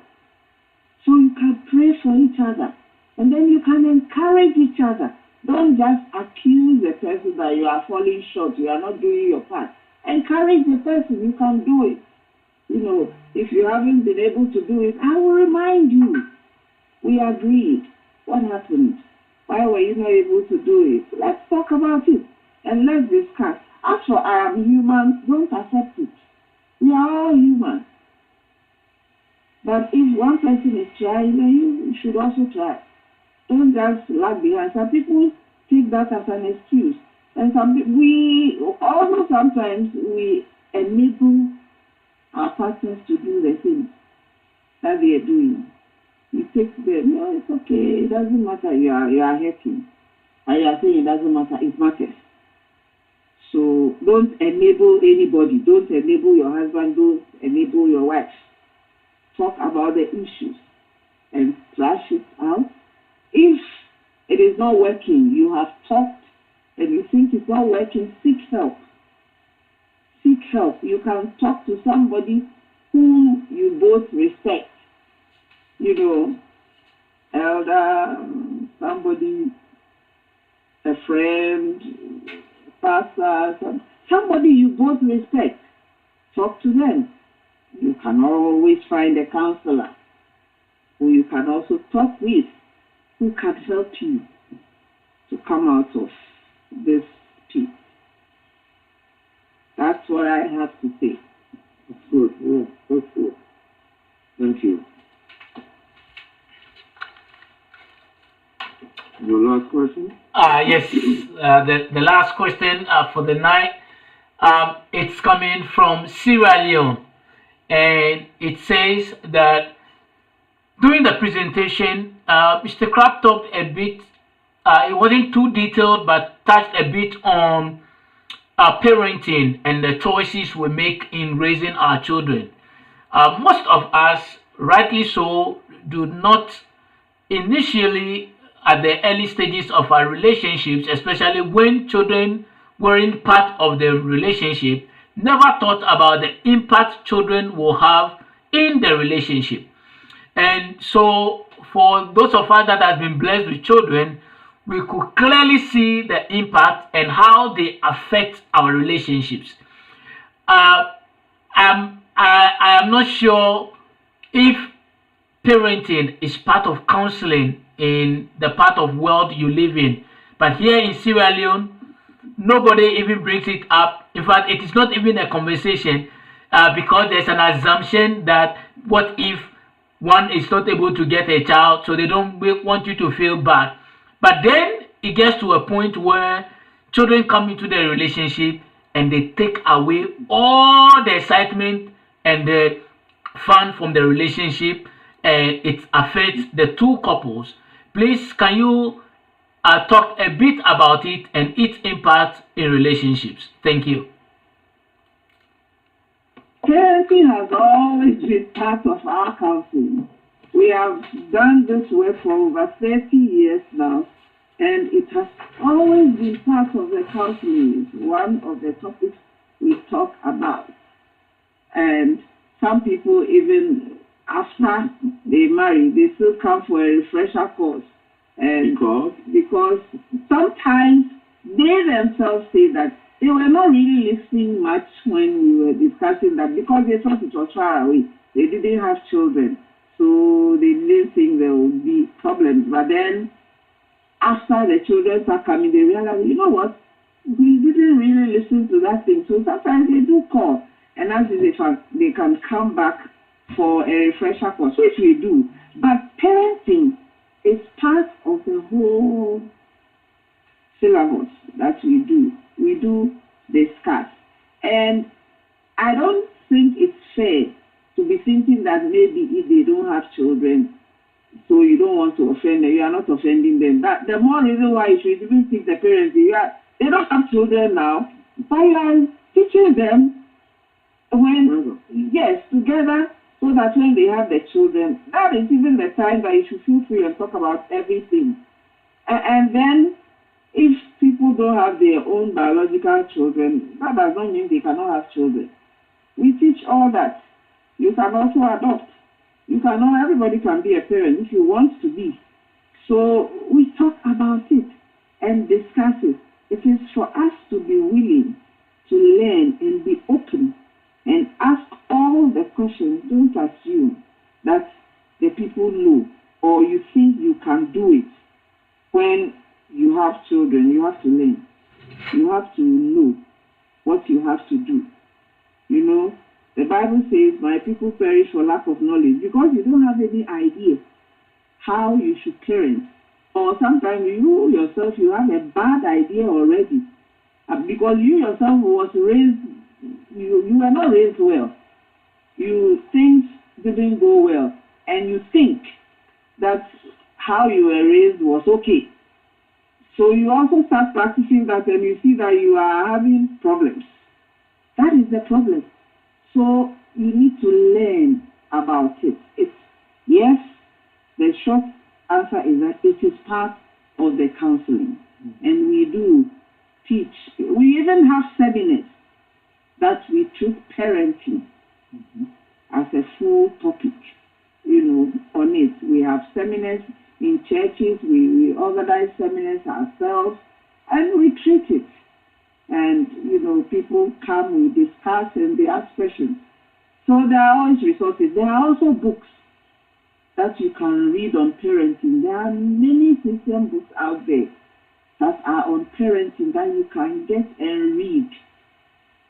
We all must practice that, thing about reading. We must love to read, do research. Even those who don't want to read books, you have your phone. Google so many things. Do research and learn about the best way to parent. You can always learn from so many avenues. So that is what we do. Yes, parenting is part of the counseling. Thank you. Thank you. All right, thank you very much. We don't have any other question that has come in. And so at this point, I will hand over back to Mr. and Mrs. Crab for a summary and a wrap-up session. Thank you so much, Dr. Jacob Sabi and your team. We're really grateful. And to all our listeners, As we close, we want to echo the words of the Lady Anne Bessar, who had been on her 85th wedding anniversary, said, we listen to each other all the time. We're listening to each other all the time. Let's make time to listen to each other, to learn from each other, and to improve our relationships. It is not wise and totally unhelpful to continue doing the things over and over which are not helping our relationship. We cannot continue doing things the same way if the desired good result is not coming. So let's think of ways we can do things differently. Uncle Richie, the question came in. Do you mind? It's not about one person. It's about the two people. Uncle We Richie, can't do it together. Seek help. And together we will win. Thank you and God bless you. We'll meet again next month, God willing. Bye for now. thank you very much. God bless all of you and have a blessed day. Bye-bye for now.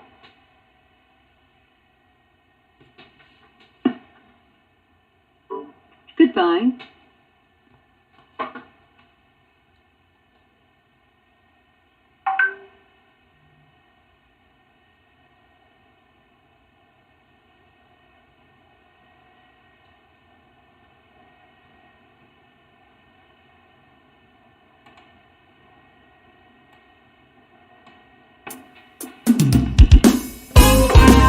Hello, people of God. This song is for someone. Can I hear a shout of praise unto Jehovah? It's to encourage someone. You are never a failure because Christ is in you. I am not a failure. I'm never a mistake, I am not a mistake. and I am not a disgrace. I am not a disgrace. Because I'm a gift sent from above. It's just sent from above. Jehovah found me with His glory. And shed his blood for me. His blood for me. Jehovah loved me the most. Now I can dance and praise him. And praise the Lord. Oh, tell a neighbor to come and affirm these words. You are not a failure. And you are never a mistake. You are not a mistake. And you are never a disgrace. You are not a disgrace. Because you are a gift sent from above. Just sent from above. And Jehovah, Crown you with His glory. and he shed his blood for you. Shed His blood for you. Jehovah love you the most. He can dance and praise the Lord. And this the part of love is breaking me out He's breaking me out from my shadow, from my past my past, and from my shame. shame. He's breaking me out from my guilt, from my stress. Amen. He's breaking me out from my shadow, And from my past, my past, from my shame. He's breaking from me every guilt that the enemy used to accuse me. from my stress. Amen. Lord, you know my name from the ends of the earth. Lord, you crafted me for your wondrous work. Sin has no power on my soul from this day. Lord, you know my name. Oh Lord, you know my name. Lord, you crafted And you have crafted me for your mighty works. And sin has no power over my soul tonight. As I can jump and shout. Come on, you believe it, jump and shout. He's breaking me out from every past, from every guilt that the enemy used to accuse me.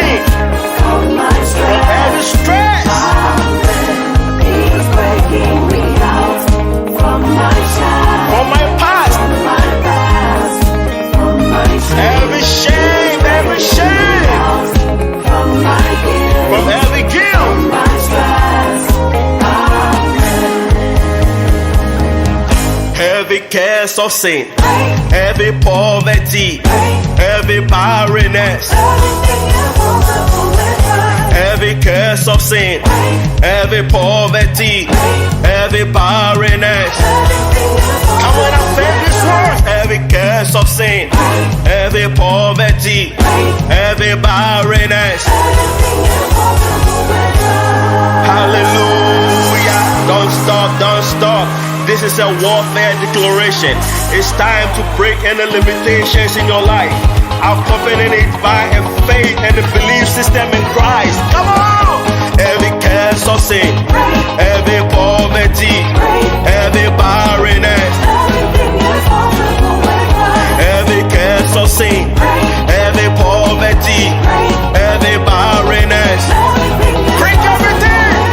Every curse of sin, every poverty, every barrenness. Every curse of sin, every poverty, every barrenness. Oh, yeah, yeah, yeah, yeah, yeah. Yeah, yeah, yeah, yeah, yeah. Yeah, yeah, yeah, yeah, yeah,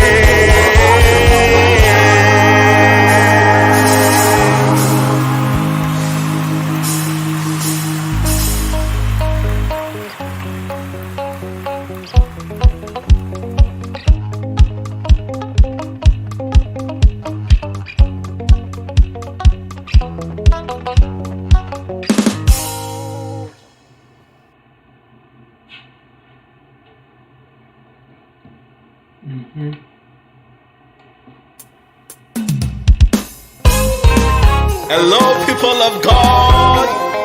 This song is for someone. Can I hear a shout of praise unto Jehovah? It's to encourage someone. You are never a failure because Christ is in you. I am not a failure. I'm never a mistake, I am not a mistake. and I am not a disgrace. I am not a disgrace. Because I'm a gift sent from above. It's just sent from above. Jehovah crowned me with His glory.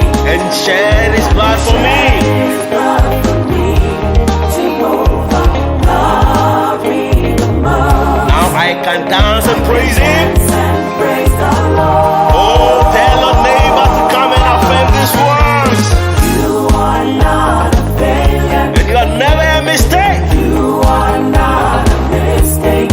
And you are never a disgrace. You are not a disgrace. Because you are a gift sent from above. It's just sent from above. And Jehovah, Crowned you with His glory. and He shed His blood for you. Shed His blood for you. Jehovah love you the most. He can dance and praise the Lord. And this the part of love is breaking me out He's breaking me out from my shadow, from my past my past, and from my shame. shame. He's breaking me out from my guilt, from my stress. Amen. He's breaking me out from my shadow, And from my past, from my past, from my shame. He's breaking from me every out guilt that the enemy used to accuse me. from my stress. Amen. Lord, you know my name from the ends of the earth. Lord, you crafted me for your wondrous work. Sin has no power on my soul from this day. Lord, you know my name. Oh Lord, you know my name. Lord, you crafted And you have crafted me for your mighty work. And sin has no power over my soul tonight. That's why I can jump and shout. Come on, you believe it, jump and shout. I can jump and shout. He's breaking me out He's breaking me out from my shadow, for every past, my past, from my shame. He's breaking from every guilt that the enemy used to accuse me, from my from stress. every stress. He's breaking me out from my shadow, From my past,